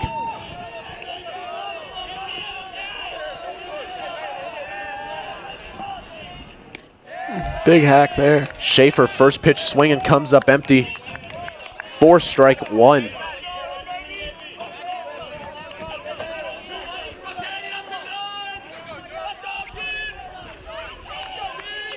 Vasquez standing on second. Wachowski on first in place of Aguilar. That one will be down in the dirt. Evening the count at 1-1. From watching Tanyan last year, I can say that he just looks more confident up at the plate too. He looks like he's really going after what his pitch is. And last year he kind of swung at some pitches that weren't his, but this year he's really dialed that in. He looks a lot more confident. 1-1 the count to Schaefer. Looking to do some damage here with one swing. That center fielder shaded towards the right center gap. And Schaefer, a very good opposite field hitter. Has a couple home runs to the opposite field this year. That right fielder playing over. Something in the gap here. Could score 2. Yeah. As the umpire is going to say he went around. I don't know about that one. That was from up here, we have a pretty good angle on that. That looked like it could have gone either way, but back on that, left center gap you were talking about. Yeah, Tanyan's got the power to go that way. And even if he muscles something off the hands or something like that, he can shoot it out there, and I firmly believe that would score 1 or 2. So 1-2 count to Schaefer. He watches that one go by to even the count at 2-2. A great take by Schaefer. That one was very close.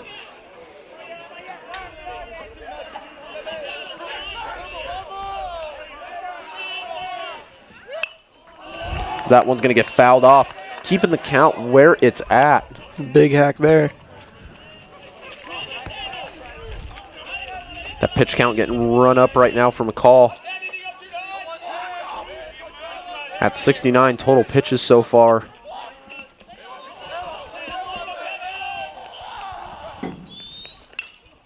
And Schaefer flares that one foul and out of play. Right idea there, though. He's trying to go to that left side of that field. So the count will stay at 2-2. Schaefer putting together a good at-bat. Jim, it's really fun to see everybody being back. We, like you were saying, we battle a lot of injuries, but it's it's kind of cool seeing us at full strength and seeing what we're definitely able to do. So 2-2 pitch, swung on and missed by Schaefer. So the Blue Jays able to score 2 on a 2-out RBI double, 2 RBI double by Vasquez. The Blue Jays able to jump back in front 2-1. We'll go to the top of the 5th. Tabor on top 2-1.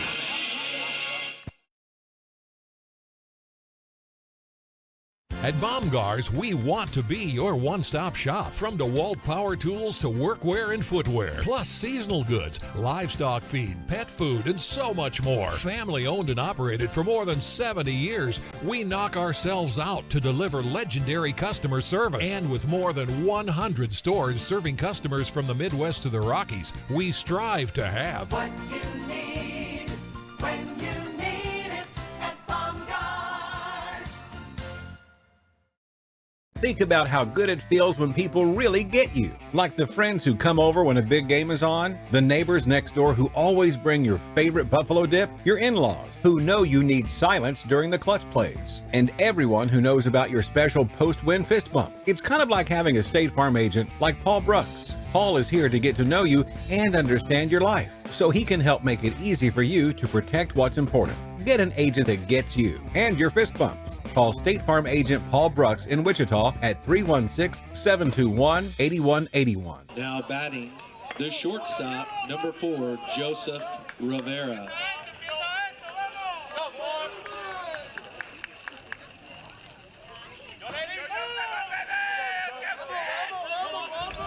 Top of the 5th inning we go. Blue Jays able to grab 2-1 lead. Austin. First batter.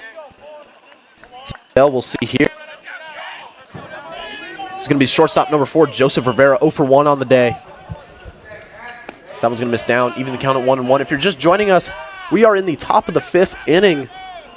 The Swedes struck first in the top of the 3rd, scoring 1 on an error. The Blue Jays answered back in the bottom of the 4th, scoring 2 of their own on a 2-out, 2 RBI doubles. That one's going to get skied into right field. Weems going back on it, who extends up to make the catch for the first out.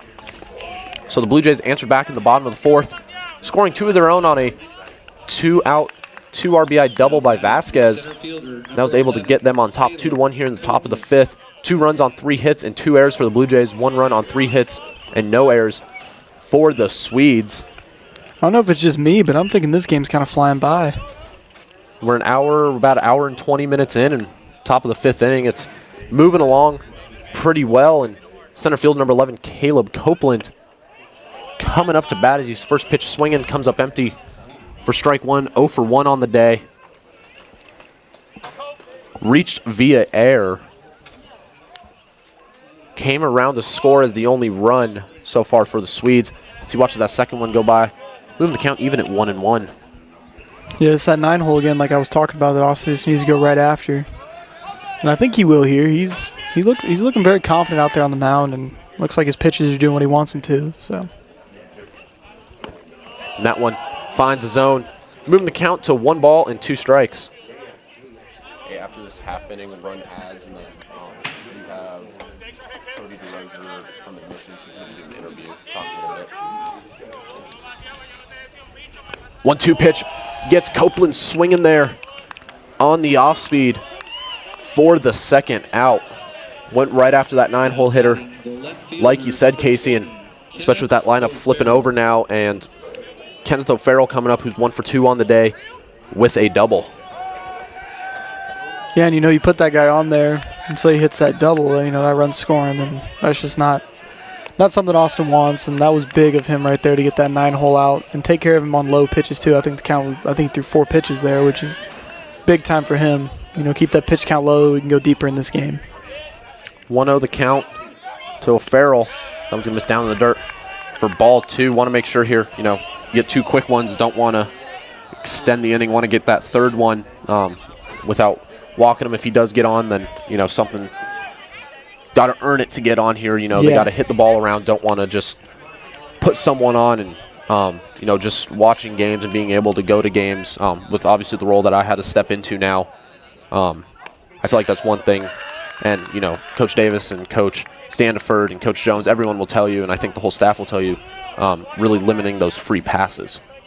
Yeah, definitely. I mean, it doesn't matter what level you're at. I mean, from the second that you start facing another kid when you're hitting, the free passes are what's always going to harm you in this game. A lot of coaches would say they'd rather see you give up 3 home runs than go out there and give up 3 walks, and that's been a big thing that Coach Standiford's preached is, get ahead of guys. If they're going to beat you, make them beat you with the barrel and not beat you with walking over to first. So. And as we talk about that, O'Farrell able to draw a 2-out walk. That'll bring up the catcher, number 27, Luis Rodriguez Goritz. Now batting the catcher. Goritz 1 for 2 on the day with a single and strikeout. Luis Rodriguez. So runner on first for the Swedes. They able to draw a 2-out walk with Rodriguez Goritz coming up to bat.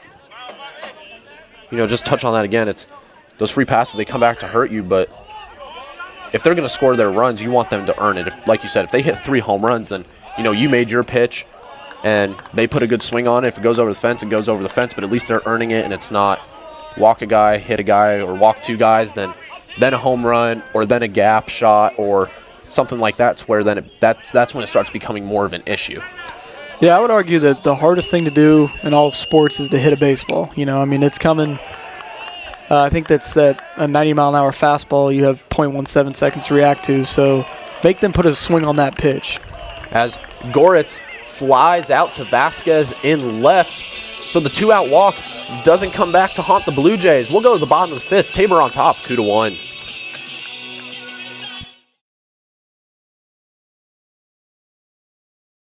Many of you know that the Eitzen Agency insures churches, Christian schools, and other related ministries. A coverage that is overlooked for most businesses is proper cyber liability. Has your business ever been hacked? Do your employees click on links that they shouldn't? Your business could be shut down and have extreme costs if this happens. Cyber liability can reduce these costs. Give us a call at the Eitzen Agency to discuss this valuable coverage for your business at 580-227-2553 or find us online at eitzenagency.com.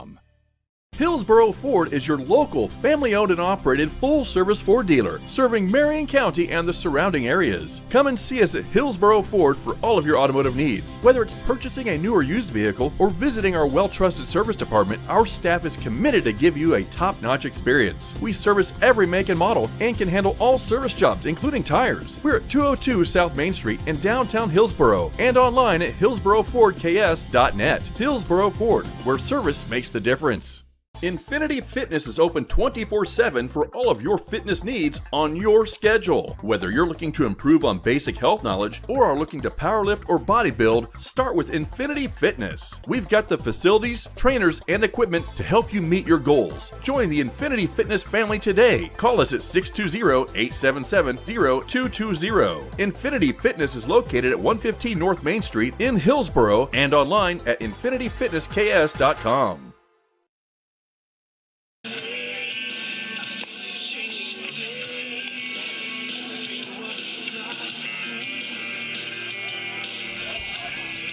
Bottom of the 5th inning, we go. Tabor on top, 2-1. 9-1-2 due up for the Blue Jays. Leading that off will be the second baseman, number 7, Drake Gerard.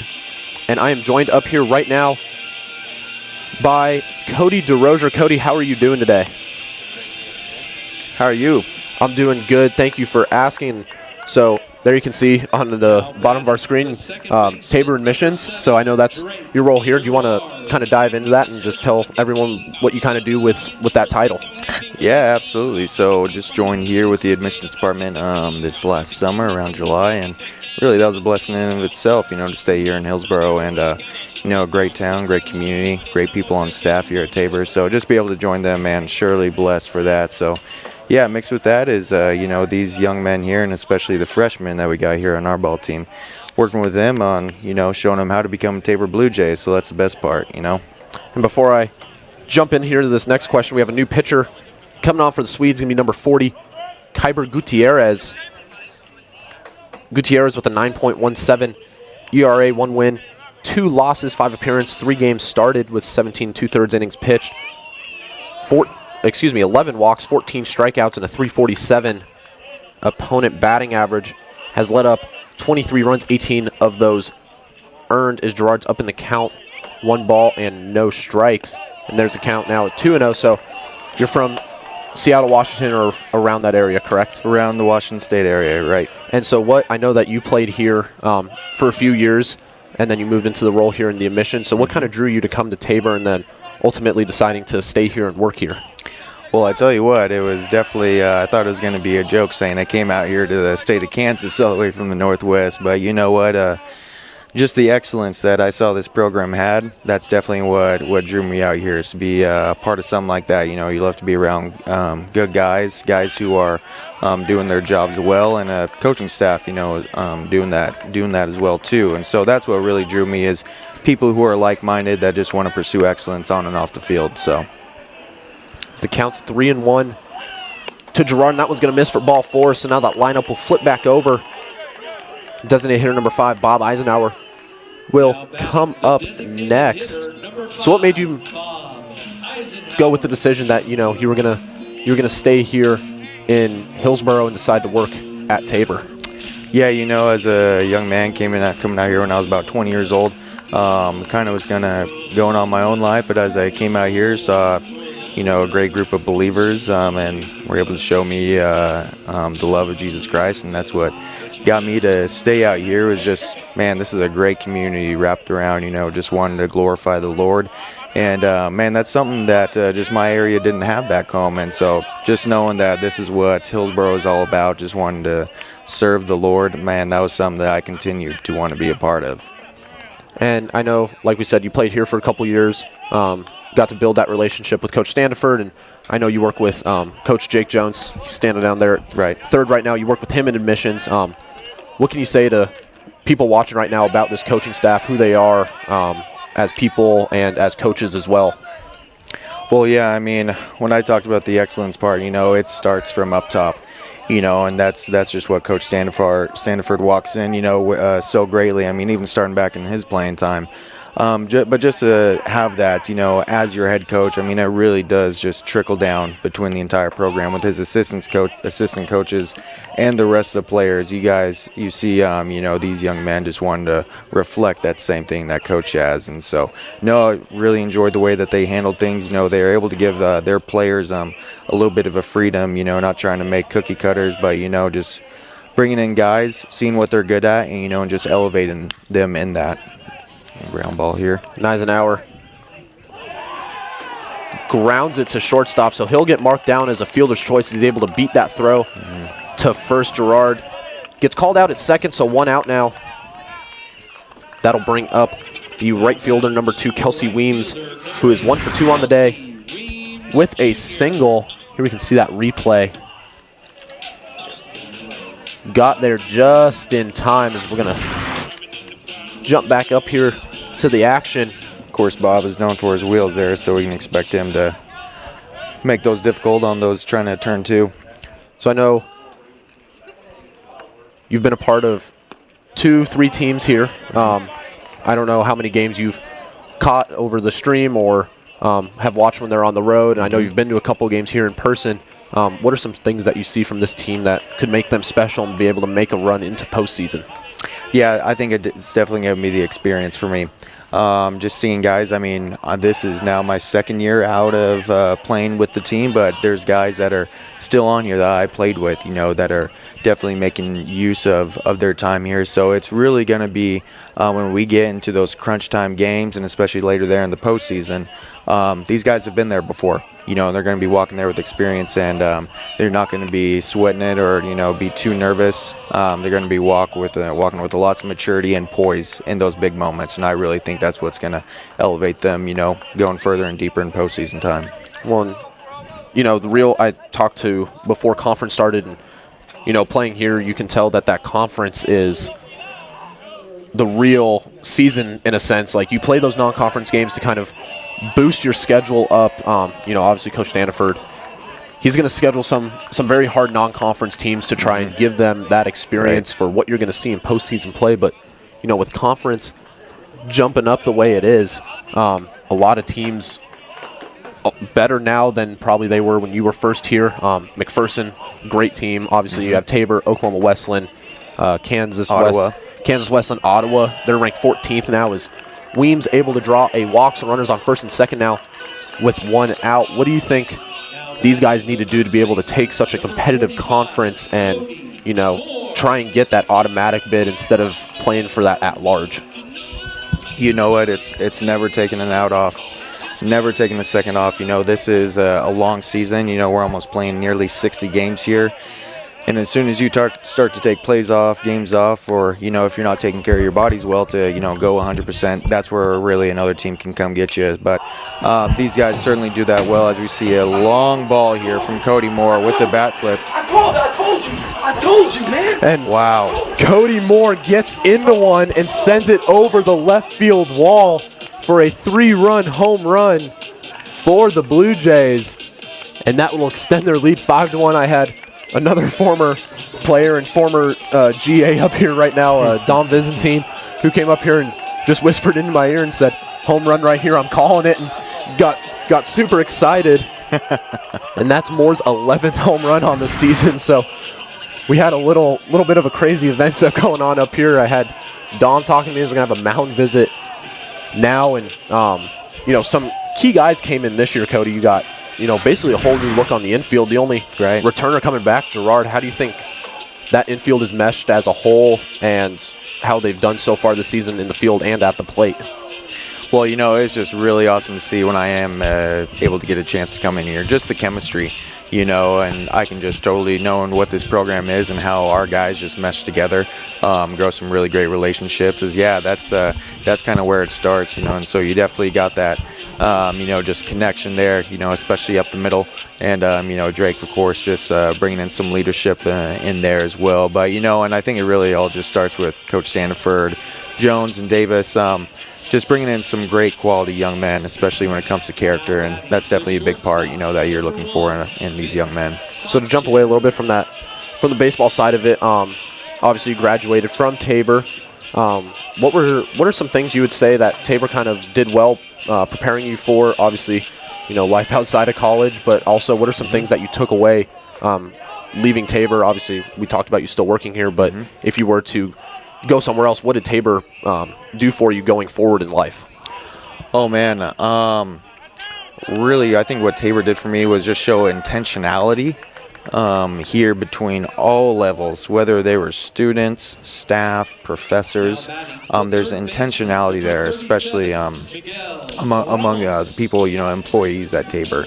You know, coming from a JUCO, you know, it can get very professional based. You know, that was just my experience, and you know, you're not able to create a deep relationship with the others. But I tell you what, our staff here at Tabor, very intentional, as we see another bat flip there by Miguel. Miguel Ramos gets into one, and the base hit machine decides to put one over that left field wall for another home run. And David down here celebrating a little bit, and Ramos with a solo home run, moving that lead to 6-1 Tabor. Ramos, the base hit machine, gets into one there for his second home run on the season. And they're really starting to feel it now, you know, as those balls are almost the same exact spot where him and Cody just hit those. When they were able to get into that bullpen finally, and you know, now once you're able to get in that bullpen, that's when things can kind of unravel, especially if you don't have a deep bullpen. And Casey and I talked about earlier, you know, a lot of teams are in the same position we are, to where they had to move games back. You know, sometimes Kansas weather in the spring's not the greatest, and our schedule is loaded right now with a lot of games this week going in to all the way up until next Tuesday. And again, it's supposed to rain on Thursday, so we'll see if Friday's games happen or if we'll have to push that back to a Saturday-Sunday. But right now, that's a Friday-Saturday series against Avila at home, as Vasquez smokes that one up the middle for a 2-out single. So the Blue Jays offense finally coming alive here in the bottom of the fifth. Started showing signs of life in the bottom of the fourth.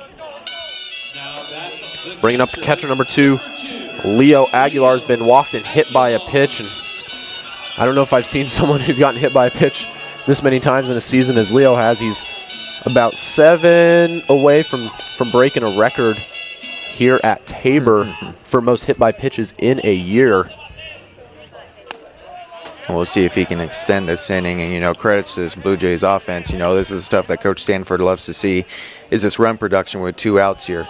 Guys staying engaged and getting some production and some more runs there on the board as they can. It's a swing and miss there from Leo. Moving the count to 0-2. Runner on first for the Blue Jays. Some big plans on the agenda for Tabor College as a whole. They just got a new president stepping in, doing a good job. So that one's going to be skied into right field. Right fielder going to have a play on it. Drifting a little bit, makes the catch for the third out. Just, one last question. New president came in. He has some big plans. How do you see that benefiting Tabor going forward? Well, you know what? Just first and foremost with President Jansen is really, I don't think there's a better position who can fill that position there. He is a great man, filled with humility, and when I say, I was talking about intentionality there before, is President Jansen really emulates that. Is whoever you are, whether you're a student, your first month on staff, him and especially his wife Karen, very intentional in getting to know the people here in Hillsborough, and man, just some of the greatest hearts.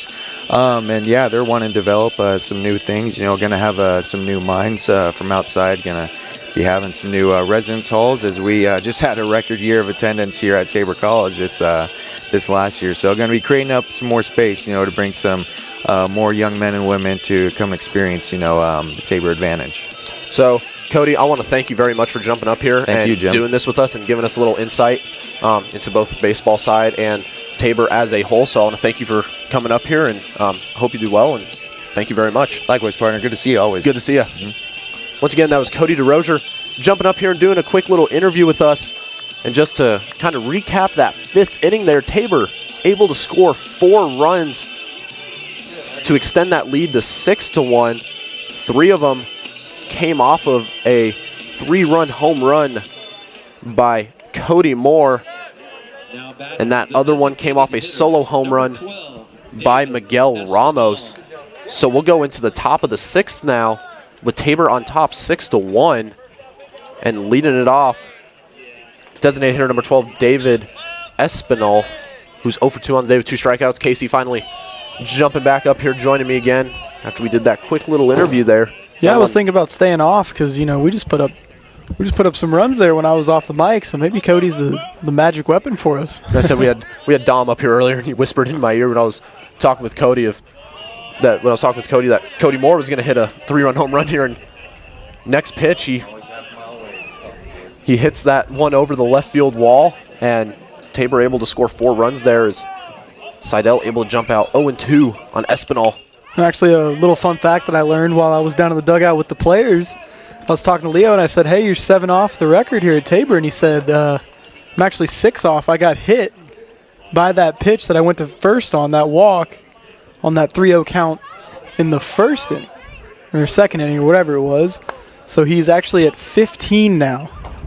15 with a lot of games to play. That one's going to be chopped over to Moore. That was a heck of a swing. He will take that himself for the first out. So then coming up now is going to be the first baseman, number 52, Hunter Rowe. Rowe 0 for 2 in this game with a strikeout. Just a reminder, this is a 9-inning game. This is a midweek conference game. As we've mentioned before, Bethany and McPherson are Tabor's midweek conference games. They are in our pod, essentially. And so Bethany will have to come here twice. We will go there once. And then McPherson will come here next Tuesday. That will be their only visit here to Hillsborough, as we have to go to McPherson twice. We've already played there once. That's the Blue Jays' lone conference loss so far here in the 2022 season. Is that one swung on and missed for strike 2, so 0-2 count now to Rowe. Rowe's made a couple of nice defensive plays over there at first, looking to get his bat rolling for the Swedes. Seidel looking to have a quick inning and get the Blue Jays back in the dugout and see if they can extend this lead. That one finds the top of the zone for strike 3. Swedes dugout not too happy about that call. Yeah, Austin's definitely dominating this game script out there on the mound. He's keeping his pitch count low. He's getting in some good counts, and he's executing those big pitches when he needs to. Now the second baseman, number 13, Luis Ramos, will come up to bat 1 for 2 on the day with a single. That first one in there for a strike. You know, we talked about how good McCall was early on for the Swedes. You look at Seidel's stat line. When you want to look at his total pitches to strikes, 75 total pitches. And right now, 56 of those strikes. As though that one's grounded to Sanchez, a short. Makes the play, comes up firing for the third out. So the Swedes go down in order. We'll head to the bottom of the 6th with Tabor on top, 6-1. Create an estate plan that values what you value. The Biblical Estate Design Service from MB Foundation is a will planning service that brings your faith into the process of preparing a God-honoring estate plan. Many donors of Tabor College have used this service to create their plan and have chosen to leave a gift to the college, a gift that will have a lasting impact on future generations of Tabor students. Learn more at mbfoundation.com/Tabor and get started on your plan today. MB Foundation, giving meaning to money.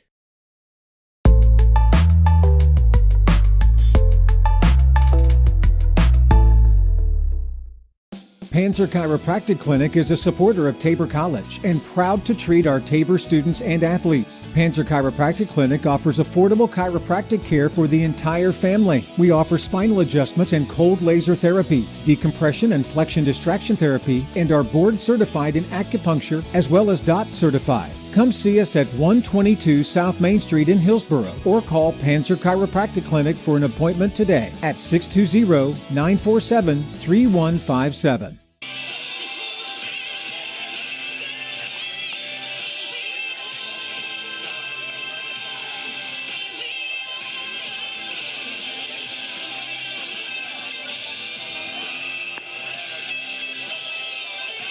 Bottom of the 6th inning we go. Tabor on top, 6-1. Another pitcher and a new pitcher in for the Swedes. Going to be number 24, Mauricio Hernandez. 3.68 ERA on the season, 0-1. 9 appearances. This will be his 10th. Does have a save, 14 2/3 innings pitched, 16 hits allowed. 8 runs have scored, 6 of those earned. 5 walks to 11 strikeouts with a 3.02 opponent batting average. Looks like 8-9-1 will be due up for the Blue Jays. They almost hit a round in that last inning when they put up 4 runs in the bottom of the 5th. So Casey, what are some of the things that you saw adjustment-wise that these hitters made to really kind of now start taking control of this game? Yeah, it's kind of awesome to see that a guy comes in that's throwing a little bit harder, which is usually equates to a, kind of like a better team, better things like that than when you're going to face the harder pitching. Just, you know, when he comes in on the mound and you just see guys swinging, guys seeing their pitch, and guys hitting it hard, it's a great sign to see, especially this time of year when the bats are going to be hot, the arms are going to be throwing go, and it warms up and everything. And I think the adjustment we made is we just, you know, said, hey, we're going to swing it. You know, it's not the time for us to watch and be cute. We're at Tabor. Let's hit the ball out, and that's what they did. Leading off here in the bottom of 6th, center fielder Tanyan Schaefer. As he ropes that one. Ooh. Foul down the right side. Schaefer 0 for 2 on the day with 2 strikeouts. He is down in the count. No balls and 2 strikes to Hernandez.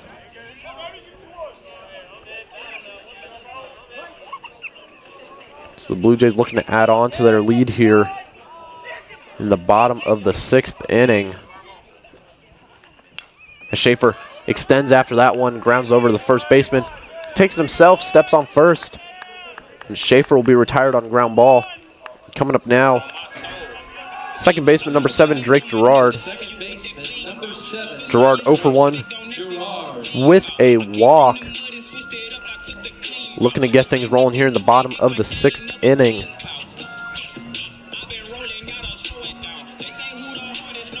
Blue Jays on top 6-1.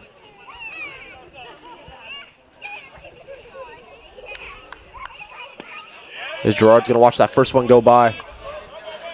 4 strike 1.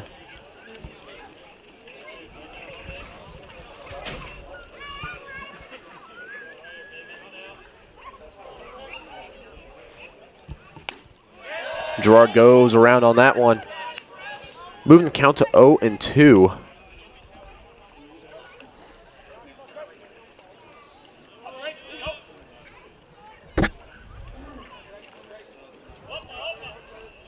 Another KCAC matchup going on right now. That one misses. Moving the count to 1-2. As I was saying, another KCAC matchup going down in the Kansas City area where the Ottawa Braves traveled to take on St. Mary. Ottawa on top 11-0 in the top of the third right now. Gerard grounds that one foul, keeping the count where it's at.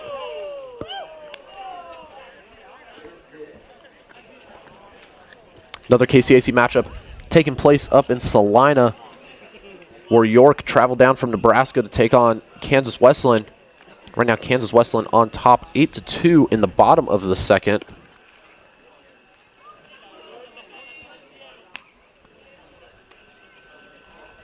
It's definitely a weird year in conference where a lot of teams are. It's kind of a spread out year. You don't see too many teams that are just like losing like they usually do to certain teams, dominated franchises here and there and everything. It's been a very weird year. As Gerard grounds that one up the middle, see what they mark that down as. I'd say that's a hit, wouldn't you? Pretty tough play. It looks like they'll give Gerard a hit on that one. Make sure we'll double check that.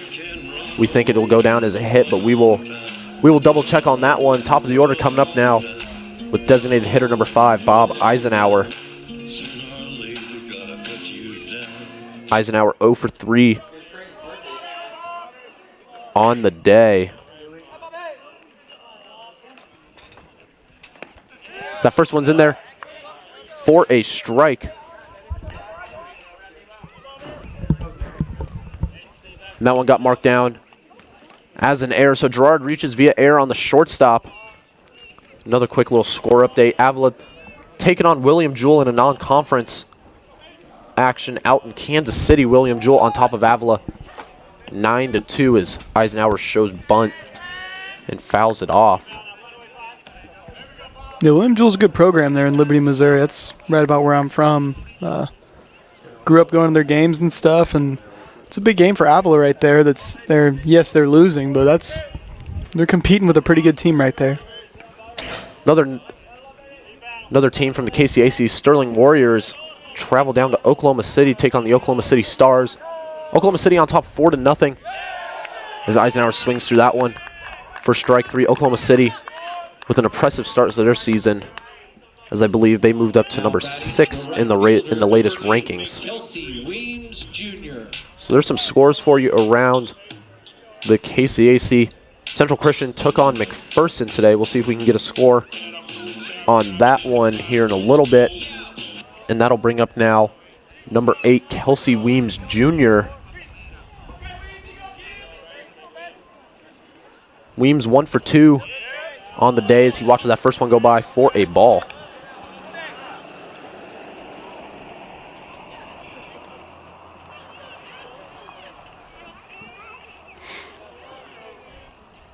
And like you were saying about Oklahoma City, when we traveled down there and played them, it was a really good game. I mean, they had some good arms. They obviously had some really good bats. And Weems pops that one up to the left side of the infield. Third baseman calling for it, shielding his eyes from the sun, and that one's going to drop, so that'll go down. There's another error. As an error, Gerard able to move up to third from first on that fly ball. See what we can do about it here. So now we got runners on the corners with 2 outs with the first baseman, number 45, Cody Moore. 1 for 3 on the day, but that one hit a massive one as it went a long ways over that left field wall for a 3-run home run. Sure is fun watching Cody, isn't it? He's a heck of a hitter. In this situation right here, though, we really need to take it to him. If they're going to give us 2 free base runners, we need to make them pay for it. As Moore went around on that one for a strike. Weems was stealing, so now we got runners on second and third as Weems swipes second.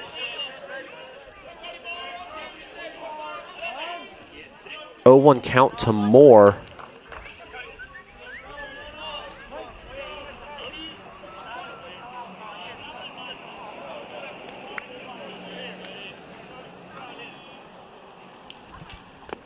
That one down in the dirt, evening the count at 1-1.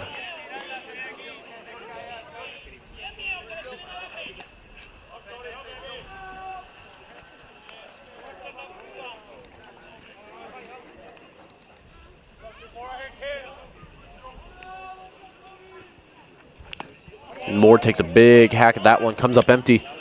Moving the count to 1-2. Yeah, I was shocked there they threw a fastball, and I think Cody was kind of too. When you have a guy up there as dominant as Cody, it's tough to sneak a fastball by him, but you can see that he did right there. Let's see what he comes with here on this one, too. Moore grounds that one to shortstop, who thought about going to third with 2 outs, but instead flips it on over to first for the 3rd out before we head into break.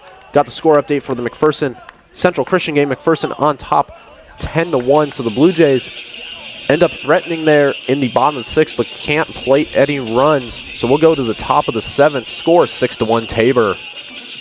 Think about how good it feels when people really get you. Like the friends who come over when a big game is on, the neighbors next door who always bring your favorite buffalo dip, your in-laws who know you need silence during the clutch plays, and everyone who knows about your special post-win fist bump. It's kind of like having a State Farm agent like Paul Brooks. Paul is here to get to know you and understand your life, so he can help make it easy for you to protect what's important. Get an agent that gets you and your fist bumps. Call State Farm agent Paul Brooks in Wichita at 316-721-8181.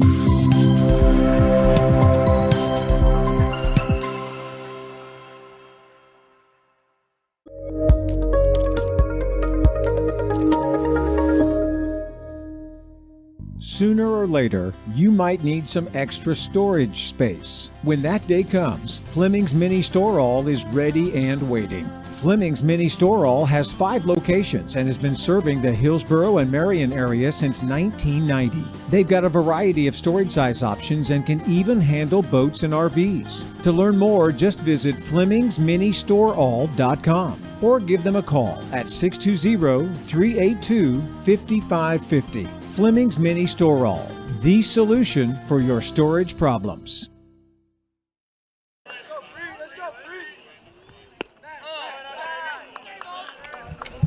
Top of the 7th inning we go. Tabor on top 6-1. Seidel back out for his 7th inning of work. The first batter he's going to see is the right fielder, number 9, Tyler Freeman. Freeman 0 for 2 on the day with a strikeout. As that one's going to get lined into right field. That one going to get off the top of the wall. And Weems able. Weems throws that one back over to first. Almost airmails Cody. Moore over there at first, but Moore able to jump up and snag that one to save a free 90. To show you how Tabor is, that's a pretty long single, isn't it? That one off the top of the very top of the right field wall. That'll hold Freeman to a single. Coming up now, third baseman number 47, Noel Perez. Perez 0 for 2 on the day with a strikeout.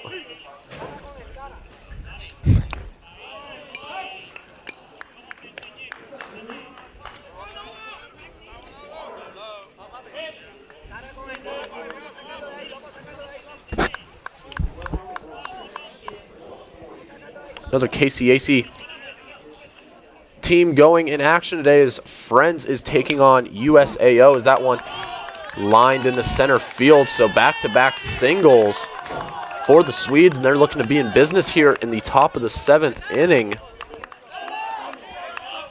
And that'll bring up the shortstop, number 4, Joseph Rivera. Rivera 0 for 2 on the day. As I was saying, another KCAC school in action on this Tuesday afternoon, a non-conference game for Friends University as they're taking on USAO. They are currently ahead 9-3 in the bottom of the 3rd. Wow. USAO, a very good school. Friends playing very well in conference. They barely lost the series to Ottawa this past weekend, and Ottawa took that series 2-1. So we see Seidel miss with that first one for ball 1.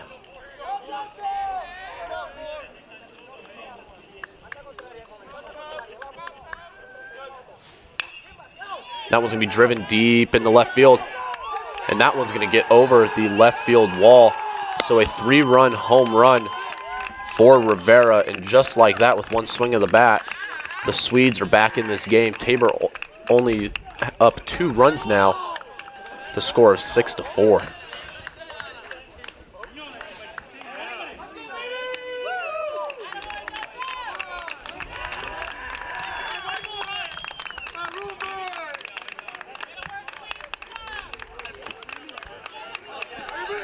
So a 3-run home run by the 8-hole.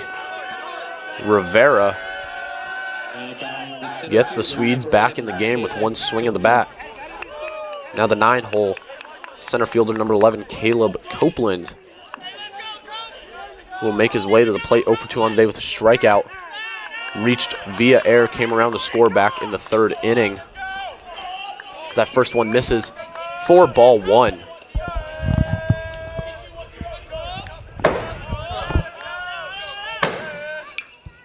That one's skied down the right field line, but that one's going to get foul, moving the count to 1-1.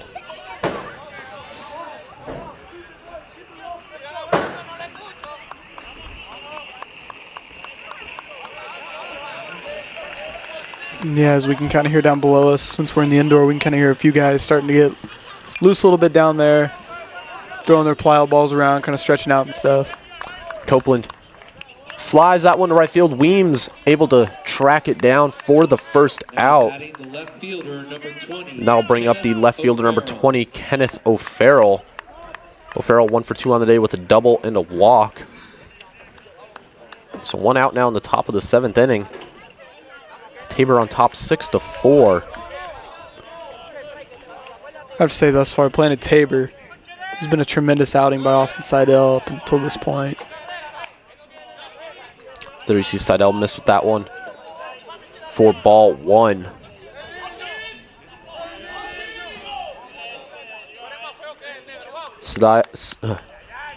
Seidel up to about 88 pitches now. That one's in there to even the count at 1-1.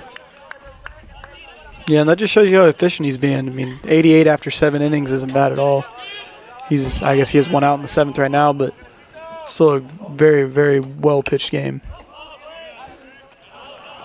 It's going to hit the indoor. Yep. That one's popped up and hits, sounds like just above us on our indoor. Move the count at 1-2.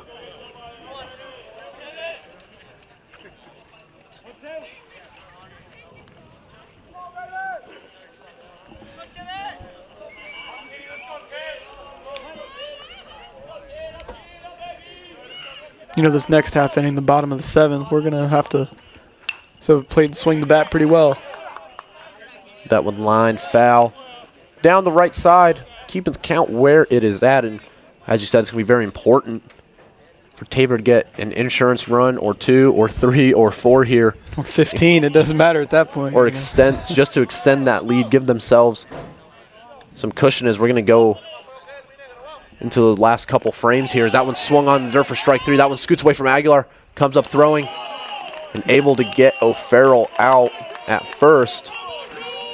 So 2 outs now. Now batting the catcher. And that'll bring up the catcher, number 27, Luis Rodriguez Goritz. And it's big for Austin, this situation, to get out of this inning, go back out there, get through the inning quick, and possibly save some of our pitching that we might need for tomorrow, because we play 2 against Baker tomorrow. I mean, still we want to win those games, so we want to throw our guys out there. So that'll be big for him.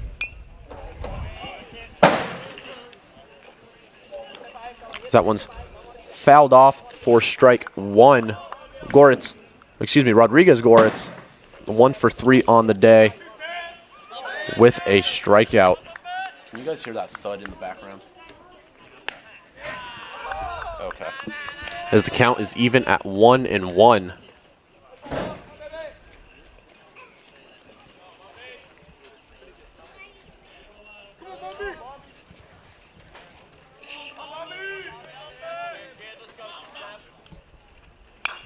That one grounded down the right side, but goes foul, moving the count to 1-2.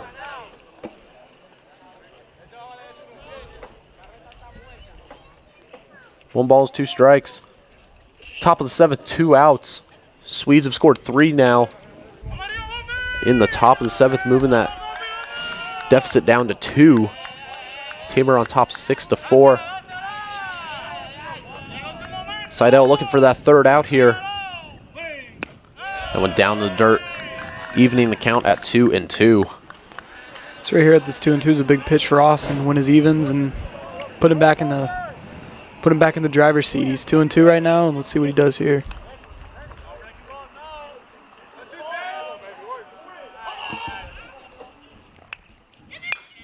That one grounded to the shortstop. Sanchez fields it cleanly, comes up firing for the 3rd out. So the Swedes able to plate 3 in the top of the 7th on the 3-run home run by Joseph Rivera. We'll head to the bottom of the 7th. Tabor looking to extend their lead. They're on top 6-4.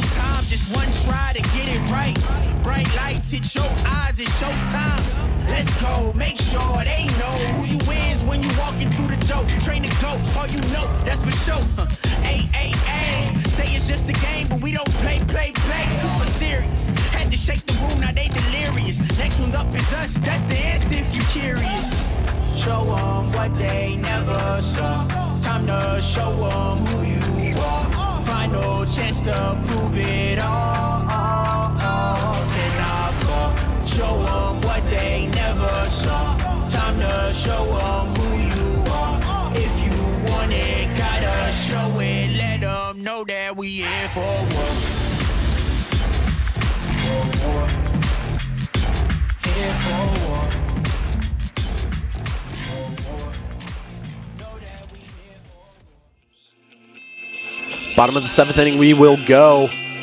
Tabor on top 6-4. Quick score update. Tabor softball team traveled to McPherson today to play a doubleheader against McPherson College. They lost the first game 8-0. They're currently in their 2nd game right now where they are down 3-0.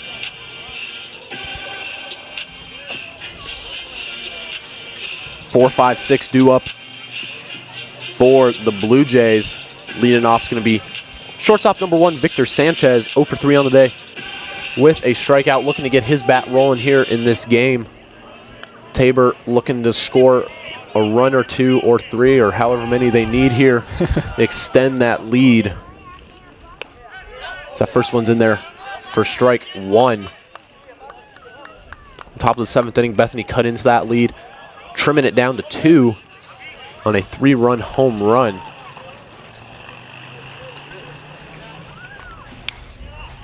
Sanchez gets under that one, skies the infield. Whole infield coming in, they're all calling for it. The second baseman able to put it away. 4 out 1. Coming up now, third baseman number 37, Miguel Ramos. Ramos 2 for 3.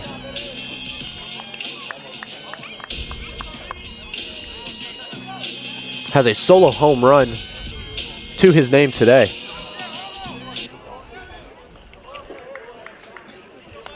Yeah, usually when you see a guy hitting 500, you think he has, 4 at-bats. He's 2 for 4 as he hits another one right there. Ramos gets into another one, and that one is going to find its way over the left field wall.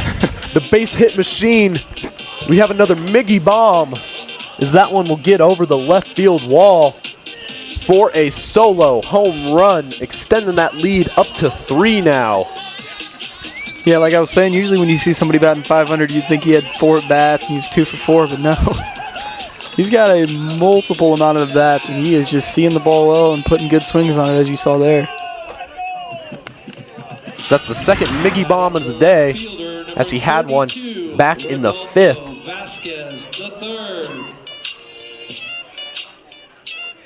See, that one gets over the left field wall, and that'll bring up Left fielder number 32, Rudolfo Vasquez III, as he swings to that one for strike one.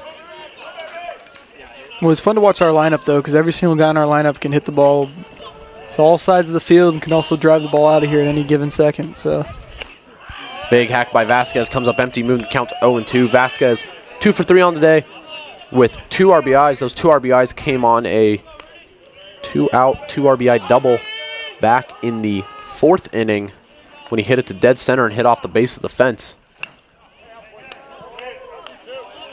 As there you see Vasquez sat on that one but fouls it straight back, keeping the count at 0-2.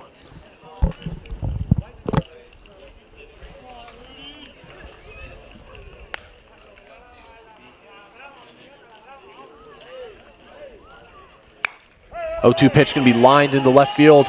Great 2-strike hit by Vasquez.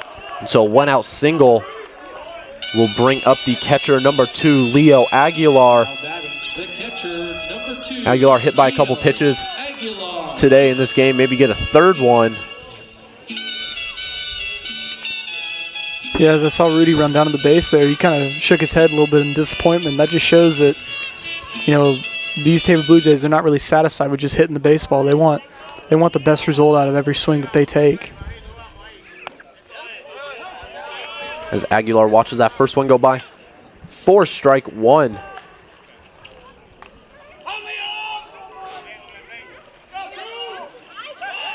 Try to pick Vasquez off over there first. Not the biggest threat on the base pass, but they want to keep him close over there.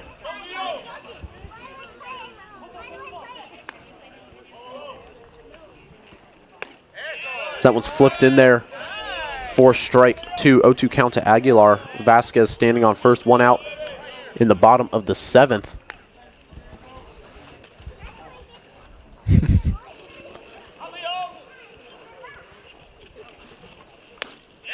Oh-2 pitch misses outside, moving the count to 1-2. It's a good take there by Leo in that 0-2 situation. But you know he's got a good relationship with that umpire back there. He knows his zone. He's been catching this whole game, so it's just a very educated take that he had there. And there goes Vasquez. He fake steal. Tried to back pick him at first, but he gets in there in plenty of time. That one missed the zone, so it'll even the count at 2-2 to Aguilar. We'll see what this pitcher comes back with here on 2-2. He knows Leo's a guy that can swing the bat, so I'm curious to see if he'll throw an off speed or a fastball here.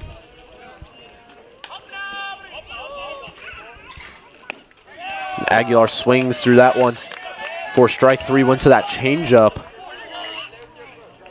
So 2 outs now, and that'll bring up the center fielder number 29, Tanyan Schaefer.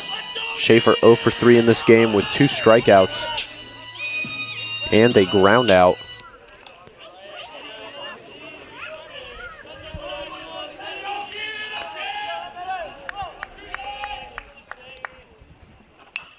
Schaefer first pitch swinging, fouls that one off to the left field side for strike 1.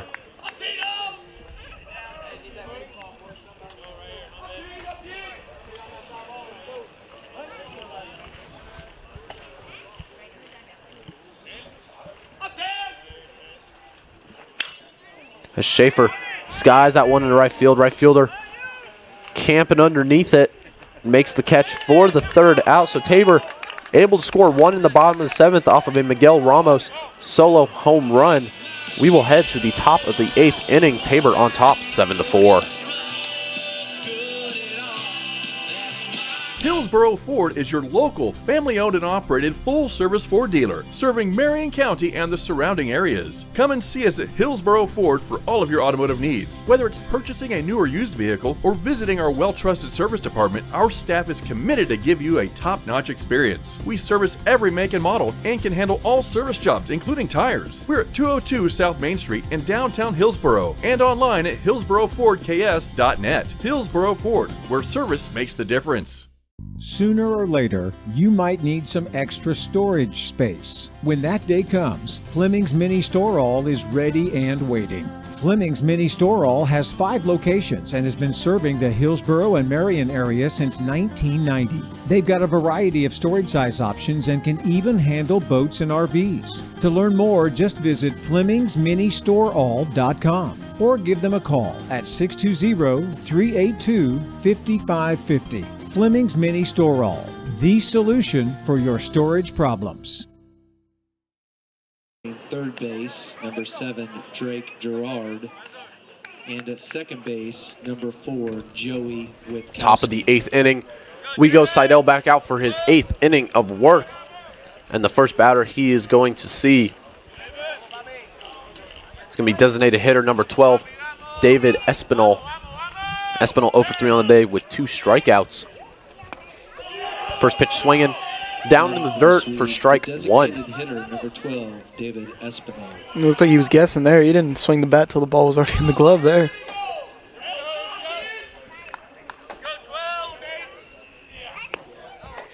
That one's going to miss, evening the count at 1-1.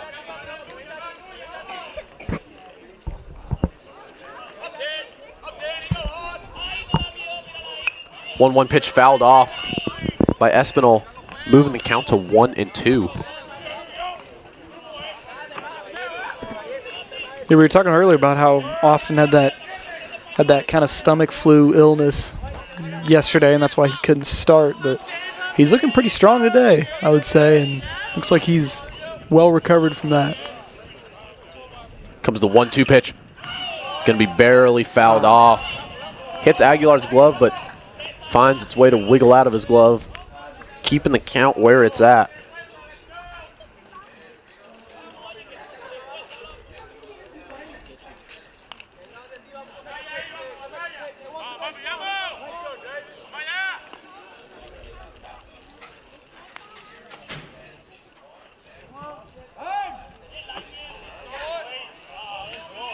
As Espinal going to call time here before another 1-2 pitch. Tabor 6 outs away from moving to 7-1 in conference. As of right now, Seidel in line for the win and McCall in line for the loss.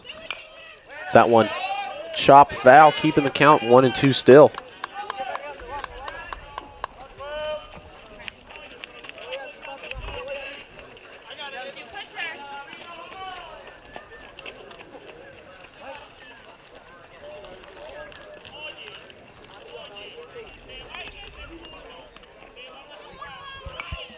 And that one fouled off again. Great at bat right now by Espinal, making Seidel work.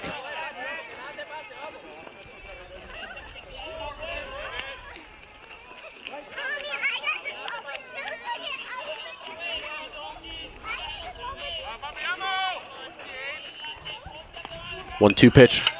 Another foul ball. Count will stay 1-2.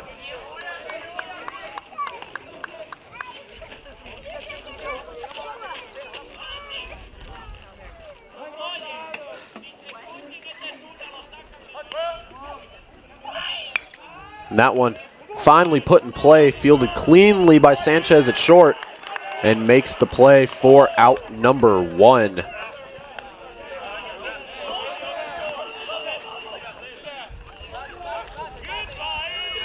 Now batting the first baseman, number 52, Hunter. And that'll bring up first baseman number 52, Hunter Rowe. Rowe 0 for 3 in this game with 2 strikeouts, both of them looking.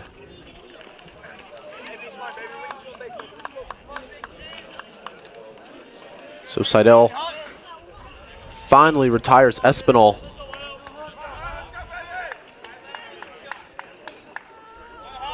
Seidel up to 105. There's pitch 106. In this game is Rowe first pitch swinging out of those 106, 80 of them strikes.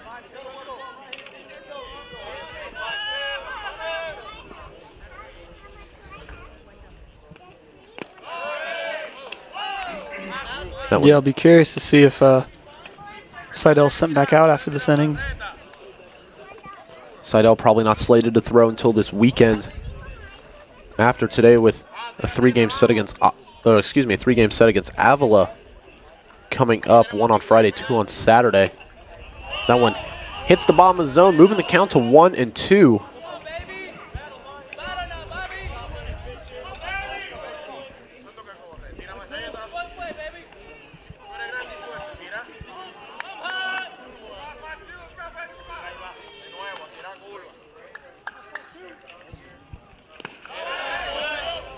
One-two pitch down in the dirt to even it at 2-2.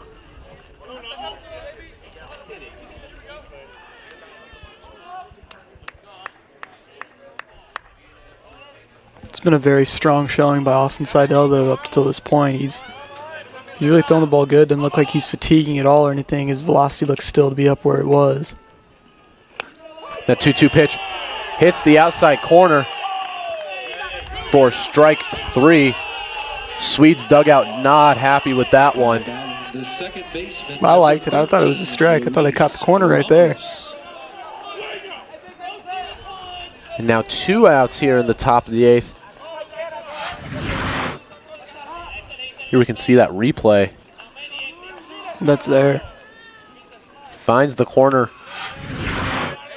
Swedes must have thought that one was a little high. But regardless, goes down in the books as a strikeout. That'll bring up second baseman number 13, Luis Ramos, 1 for 3 on the day. He watches that one in there to even it at 1-1.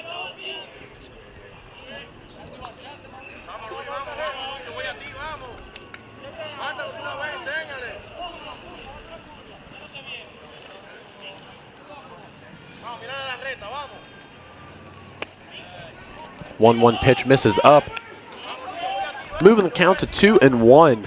Not a bad miss there by Austin. That was not a bad spot to get a swing and a miss there, but hitter just held the trigger there and didn't even pull it. 2-1 pitch downstairs. Moving the count to 3-1.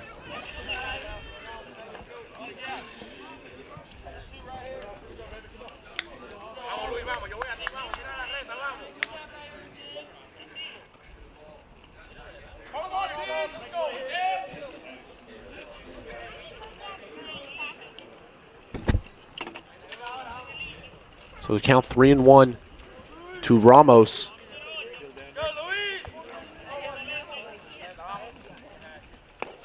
The 3-1 pitch finds the zone for strike 2. Home plate umpire rung him up on strike 2, but count full now at 3-2.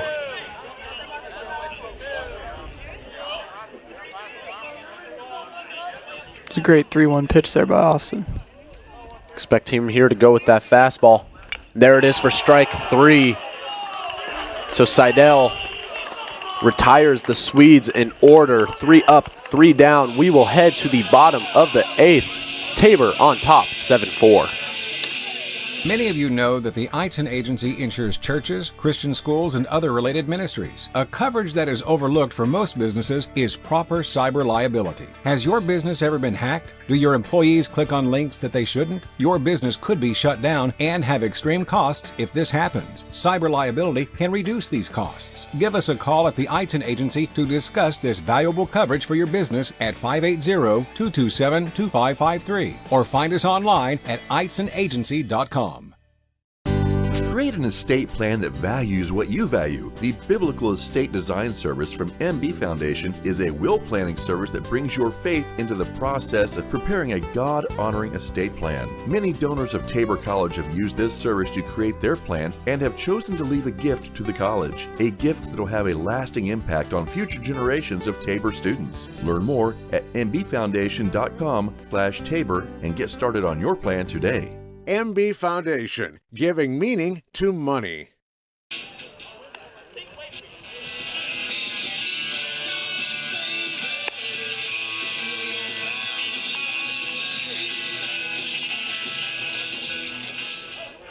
On my soul.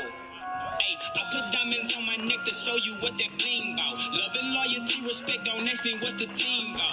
Bottom of the 8th inning we go. Tabor on top, 7-4. They are 3 outs away from getting another win in conference. 9-1-2 due up for the Blue Jays, and leading it off it's going to be number 7, Drake Gerard.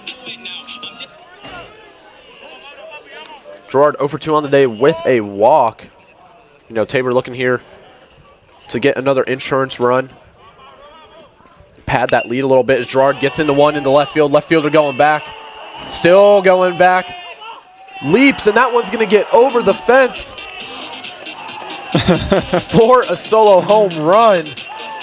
Well, Drake missed first there. It looked like he had to kind of stutter step, come back and touch it.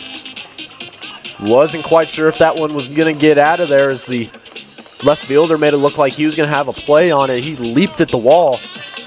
And that one's going to get over for a solo home run. So as we were talking about extending that lead on first pitch, add another one to the board.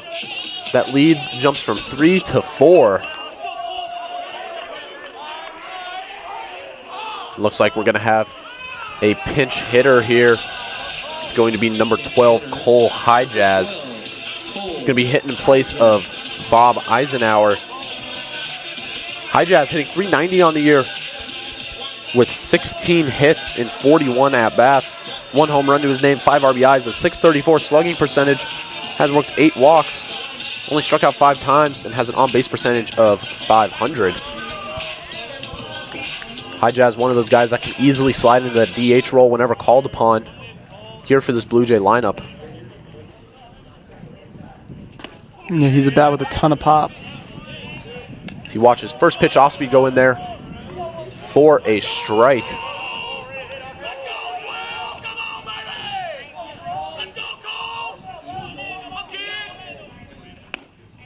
Highjazz out in front of that one.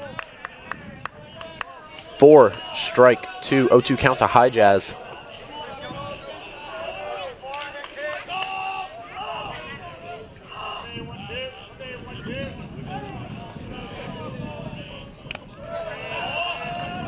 That one down and outside, moving the count to 1-2.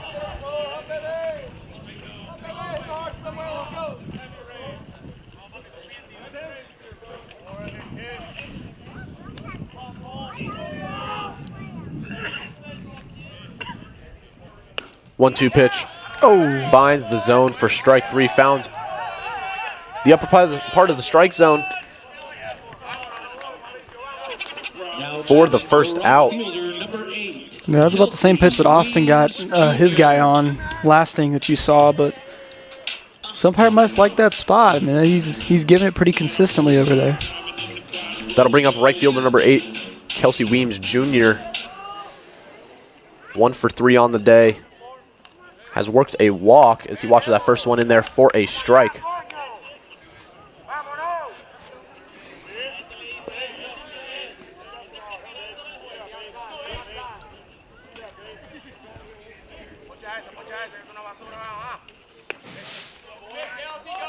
Weems watches that one go by, evening the count at 1-1.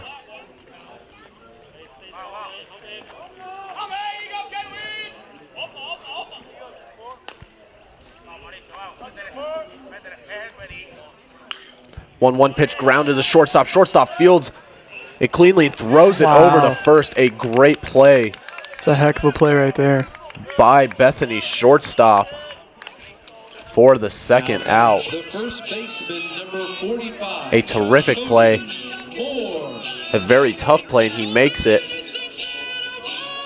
for the second out. That'll bring up now, as we can see here on the replay, covers all that ground nicely and throws across his body for the out. And that'll bring up the first baseman, number 45, Cody Moore. So watch that first one go by. 4-1. I'm curious to see what the coach's move is this next inning with the pitching situation for the Blue Jays. I think Austin's at 116 pitches. It's quite a few pitches, but he is definitely the guy that can do it. As Moore gets underneath that one into center field. Center fielder coming in and makes the catch for the third out. So the Blue Jays 3 outs away from another conference win. We'll go to the top of the 9th. Tabor on top, 8-4. Panzer Chiropractic Clinic is a supporter of Tabor College and proud to treat our Tabor students and athletes. Panzer Chiropractic Clinic offers affordable chiropractic care for the entire family. We offer spinal adjustments and cold laser therapy, decompression and flexion distraction therapy, and are board certified in acupuncture as well as DOT certified. Come see us at 122 South Main Street in Hillsboro or call Panzer Chiropractic Clinic for an appointment today at 620-947-3157.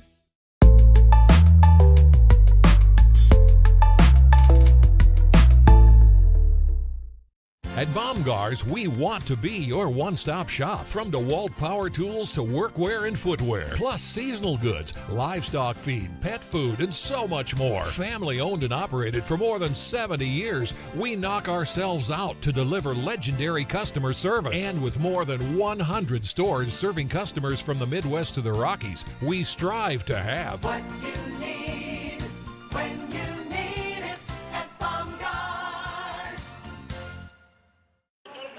Now batting for the Swedes, the right fielder, number 9, Tyler Freeman. Top of the 9th inning. We go Blue Jays on top, 8-4, looking for 3 outs to get the win over the Swedes and move to 7-1 in conference in a tie for first place.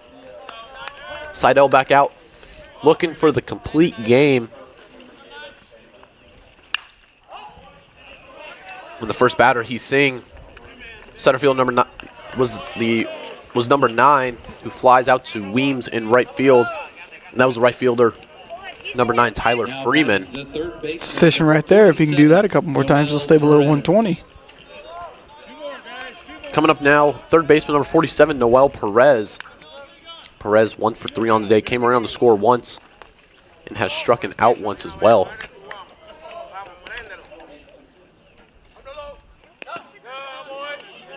First pitch from Seidel, down in the dirt. 4-1.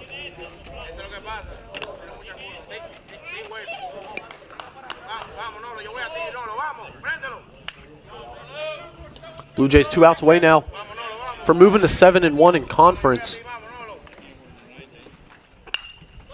That one's gonna be grounded to Gerard, who's moved over to third. Throws it across to Moore in time for the second out. Blue Jays 1 out away from getting the victory here on a beautiful Tuesday afternoon. Coming up now, shortstop number 4, Joseph Rivera. Rivera 1 for 3 on the day with a 3-run home run in the top of the 7th. That first one in there for a strike.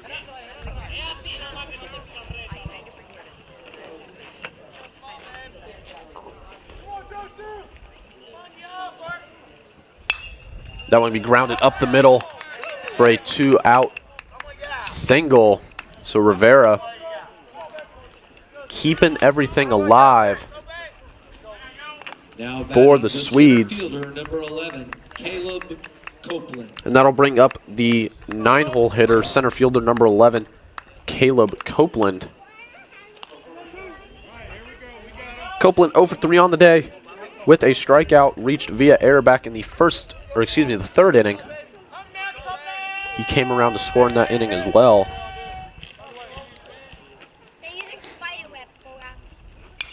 Copeland first pitch swinging and grounds it over Gerard. Gerard going to take the easy way to second for the third out. So the Blue Jays get an 8-4 victory over the Bethany Swedes. Your winning pitcher is going to be number 10, Austin Seidel for the Blue Jays. Finished with a complete game. 9 innings pitched, 7 hits, 4 runs, 3 of those earned, 1 walk, 11 strikeouts.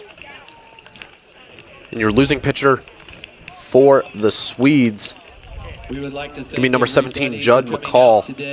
McCall's final stat line: 4 innings pitched, 3 hits, 2 runs, 2 of those earned, 1 walk, 6 strikeouts in this game. Final stat line: looking across the board, Tabor scores 8 runs on 9 hits and 2 errors. Bethany scores 4 runs on 7 hits with 2 errors. So your final score here in Hillsboro, 8-4 Tabor. Tabor jumps to 7-1 in conference. We will be right back after some of these messages. Hillsboro Ford is your local, family-owned and operated full-service Ford dealer, serving Marion County and the surrounding areas. Come and see us at Hillsboro Ford for all of your automotive needs. Whether it's purchasing a new or used vehicle or visiting our well-trusted service department, our staff is committed to give you a top-notch experience. We service every make and model and can handle all service jobs, including tires. We're at 202 South Main Street in downtown Hillsboro and online at hillsborofordks.net. Hillsboro Ford, where service makes the difference. Sooner or later, you might need some extra storage space. When that day comes, Fleming's Mini Store All is ready and waiting. Fleming's Mini Store All has 5 locations and has been serving the Hillsboro and Marion area since 1990. They've got a variety of storage size options and can even handle boats and RVs. To learn more, just visit FlemingsMiniStoreAll.com or give them a call at 620-382-5550. Fleming's Mini Store All, the solution for your storage problems. Infinity Fitness is open 24/7 for all of your fitness needs on your schedule. Whether you're looking to improve on basic health knowledge or are looking to powerlift or bodybuild, start with Infinity Fitness. We've got the facilities, trainers, and equipment to help you meet your goals. Join the Infinity Fitness family today. Call us at 620-877-0220. Infinity Fitness is located at 115 North Main Street in Hillsboro and online at infinityfitnessks.com. Many of you know that the Eitzen Agency insures churches, Christian schools, and other related ministries. A coverage that is overlooked for most businesses is proper cyber liability. Has your business ever been hacked? Do your employees click on links that they shouldn't? Your business could be shut down and have extreme costs if this happens. Cyber liability can reduce these costs. Give us a call at the Eitzen Agency to discuss this valuable coverage for your business at 580-227-2553 or find us online at eitzenagency.com. Create an estate plan that values what you value. The Biblical Estate Design Service from MB Foundation is a will planning service that brings your faith into the process of preparing a God-honoring estate plan. Many donors of Tabor College have used this service to create their plan and have chosen to leave a gift to the college, a gift that will have a lasting impact on future generations of Tabor students. Learn more at mbfoundation.com/Tabor and get started on your plan today. MB Foundation, giving meaning to money. Welcome in, ladies and gentlemen, to another day of Tabor College baseball.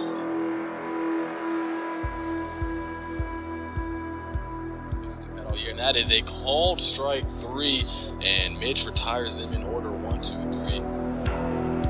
And Clark, he hammers that one, and you can almost say goodbye. That ball is into the parking lot in center field. Oh my goodness. Lucky percentage. There goes Eisenhower, and he will be in there easily. The nation's leader just adds another one to the tally. Stone absolutely drills this ball to left field. It doesn't even need the airstream to get out of here and say hello to the Twins.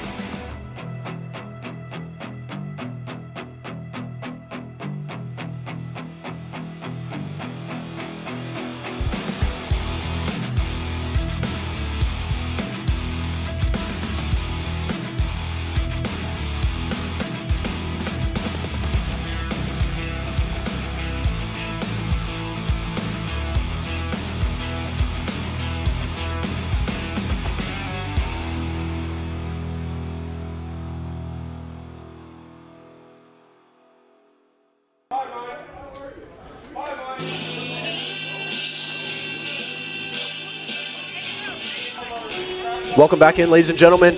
I'm joined up here by head coach Mark Standiford. Tabor walks away with an 8-4 win over Bethany. First off, congratulations with getting the sweep this past weekend over Sterling, 3 games, and then taking the game here today. Thank you. That was big for our conference, and no doubt about it. Yep, so Tabor jumps now up to 7-1, tied for first. It's like a 3-way tie going on right now between Ottawa, McPherson, and it's Ottawa, McPherson, and Tabor now. Yep. So Huge win today, moving to 7-1, took care of business today as well. Seidel, how do you think he did today through a complete game? Oh, he was great. I mean, he went out there, he was pounding strike zone. I think he ended up throwing around 120 pitches, a 9-inning complete game. Really, it was not a whole lot of trouble. Gave up 3 runs, I think, that 1 inning. Just they guessed right on a couple fastballs. But like I said, he was in command for most of the game and gave us what we needed. We play a lot of games. We got a doubleheader tomorrow and bounce back this weekend with 3 games against Avila. So we needed that for him to eat some innings, and and he did. And like I said, he was outstanding tonight, every day. Offense struggled a little early on, finally found a rhythm. What were some of the factors going into that to where they finally found the rhythm there in the middle innings? Well, they threw a kind of a curve at us. They started their closer, and he had like 9 appearances in 10 innings, and he was good. I mean, he had a lot of run with his fastball. His slider was good. His changeup was good. And the key for us, and we kept talking about, is we need to make him throw pitches and get him out of there so we could get back into their bullpen. And like I said, we did a pretty good job of that. We didn't score many runs, okay, but we forced him to try to pick us off a lot, which again adds to that pitch count. And we were able to get him out in, I think, 4 innings. So the first few innings were tough, but I think they were key for us to going on and winning the game because, again, we were able to get deeper in the bullpen. And how about Miguel Ramos stepping up today? He's, we talked about it before. He's kind of just the base hit guy almost, where he can find a hole wherever, gets it through there. But 2 home runs today, 2 big home runs to add on to the leads late in this one. So great day for Miguel and really for the lineup as a whole. We had 4 home runs as a team. Cody found his rhythm. I know he came back. Same with Seidel from a little bit of a stomach bug. Good to see them finally find their groove again, right? Yeah, it was. We have them battling through that stomach bug. Now, Miggy can just hit. I mean, he's just a hitter. I mean, he's hitting over 500 right now, which, every time he's up there, he puts on a good at bat. He's seeing the ball well. He forces pitchers to throw good pitches for him to hit. He just has a great approach. Everything done right now, he's on fire. And like I said, he was big for us. He's come up and with some key hits. And when there's guys on base, that's the guy I want up because he's going to find a way to put the ball in play. And he'll at least force the defense to make a play. Just a couple more for you here. This is the first time we're talking to you since both Vic and Bob found their way back now into the starting lineup, both of them obviously dealing with injuries. How do you think that plays into the lineup as a whole now? Obviously getting 2 key guys back.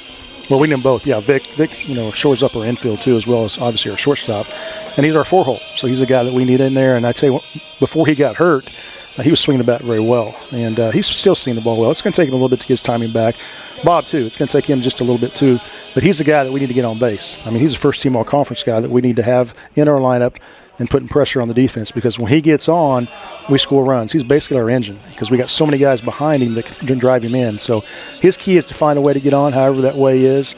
And like I said, it's good to have him back, and I know he's going to start to improve as the year goes on. And, of course, Leo with the 2 hit-by pitches today. It's unbelievable. I mean, his on-base percentage, I don't know what it is, but it's good. And that's why we let him off. I mean, with the rules here at NAIA, we can lead him off, and I can obviously courtesy run, so I can put a guy in that's pretty fast. But his on-base percentage is outstanding, and he just finds a way to get it done. And he may struggle getting some base hits here or there, but he's going to be on base a couple of times, I promise you. Looking forward real quick, you got 2 against Baker tomorrow, and then right now we'll see what the weather does on Thursday. Single against Avila Friday here, and then a double against Avila Saturday. What are you looking for going later into this week? Obviously, we've stacked a lot of games on top of each other because of the weather last week. And what are you looking for finishing the rest of this week, and then also getting into, I guess, the tougher part of our conference schedule coming up because we still have McPherson to play, Ottawa to play, Kansas Westland to play as well. Well, tomorrow is a game where there's going to be a lot of opportunity for some guys. We're going to play some different guys in the field. We're going to definitely going to put a lot of guys on the mound. And it's their time to go out there and earn some innings. And we've been needing these games. So, and like I said, we need to lengthen our bullpen out. And there's an opportunity for some guys tomorrow to jump in and be part of that. And I hope they come ready to go tomorrow because we're going to need a lot of them. I mean, we are pretty thin right now as far as what we've had, but there's a lot of opportunity for a lot of guys tomorrow. So it's pretty big for us in my mind. Same way offensively. We've had some guys that haven't had some at-bats for a while. Tomorrow's going to be an opportunity for them to get in and show what they can do. And like I said, those are big. Like going into this weekend, every conference series is huge. I don't care who you're playing. Avila's been playing very well, and they took a game from Oklahoma Wesleyan. So it doesn't matter who you play.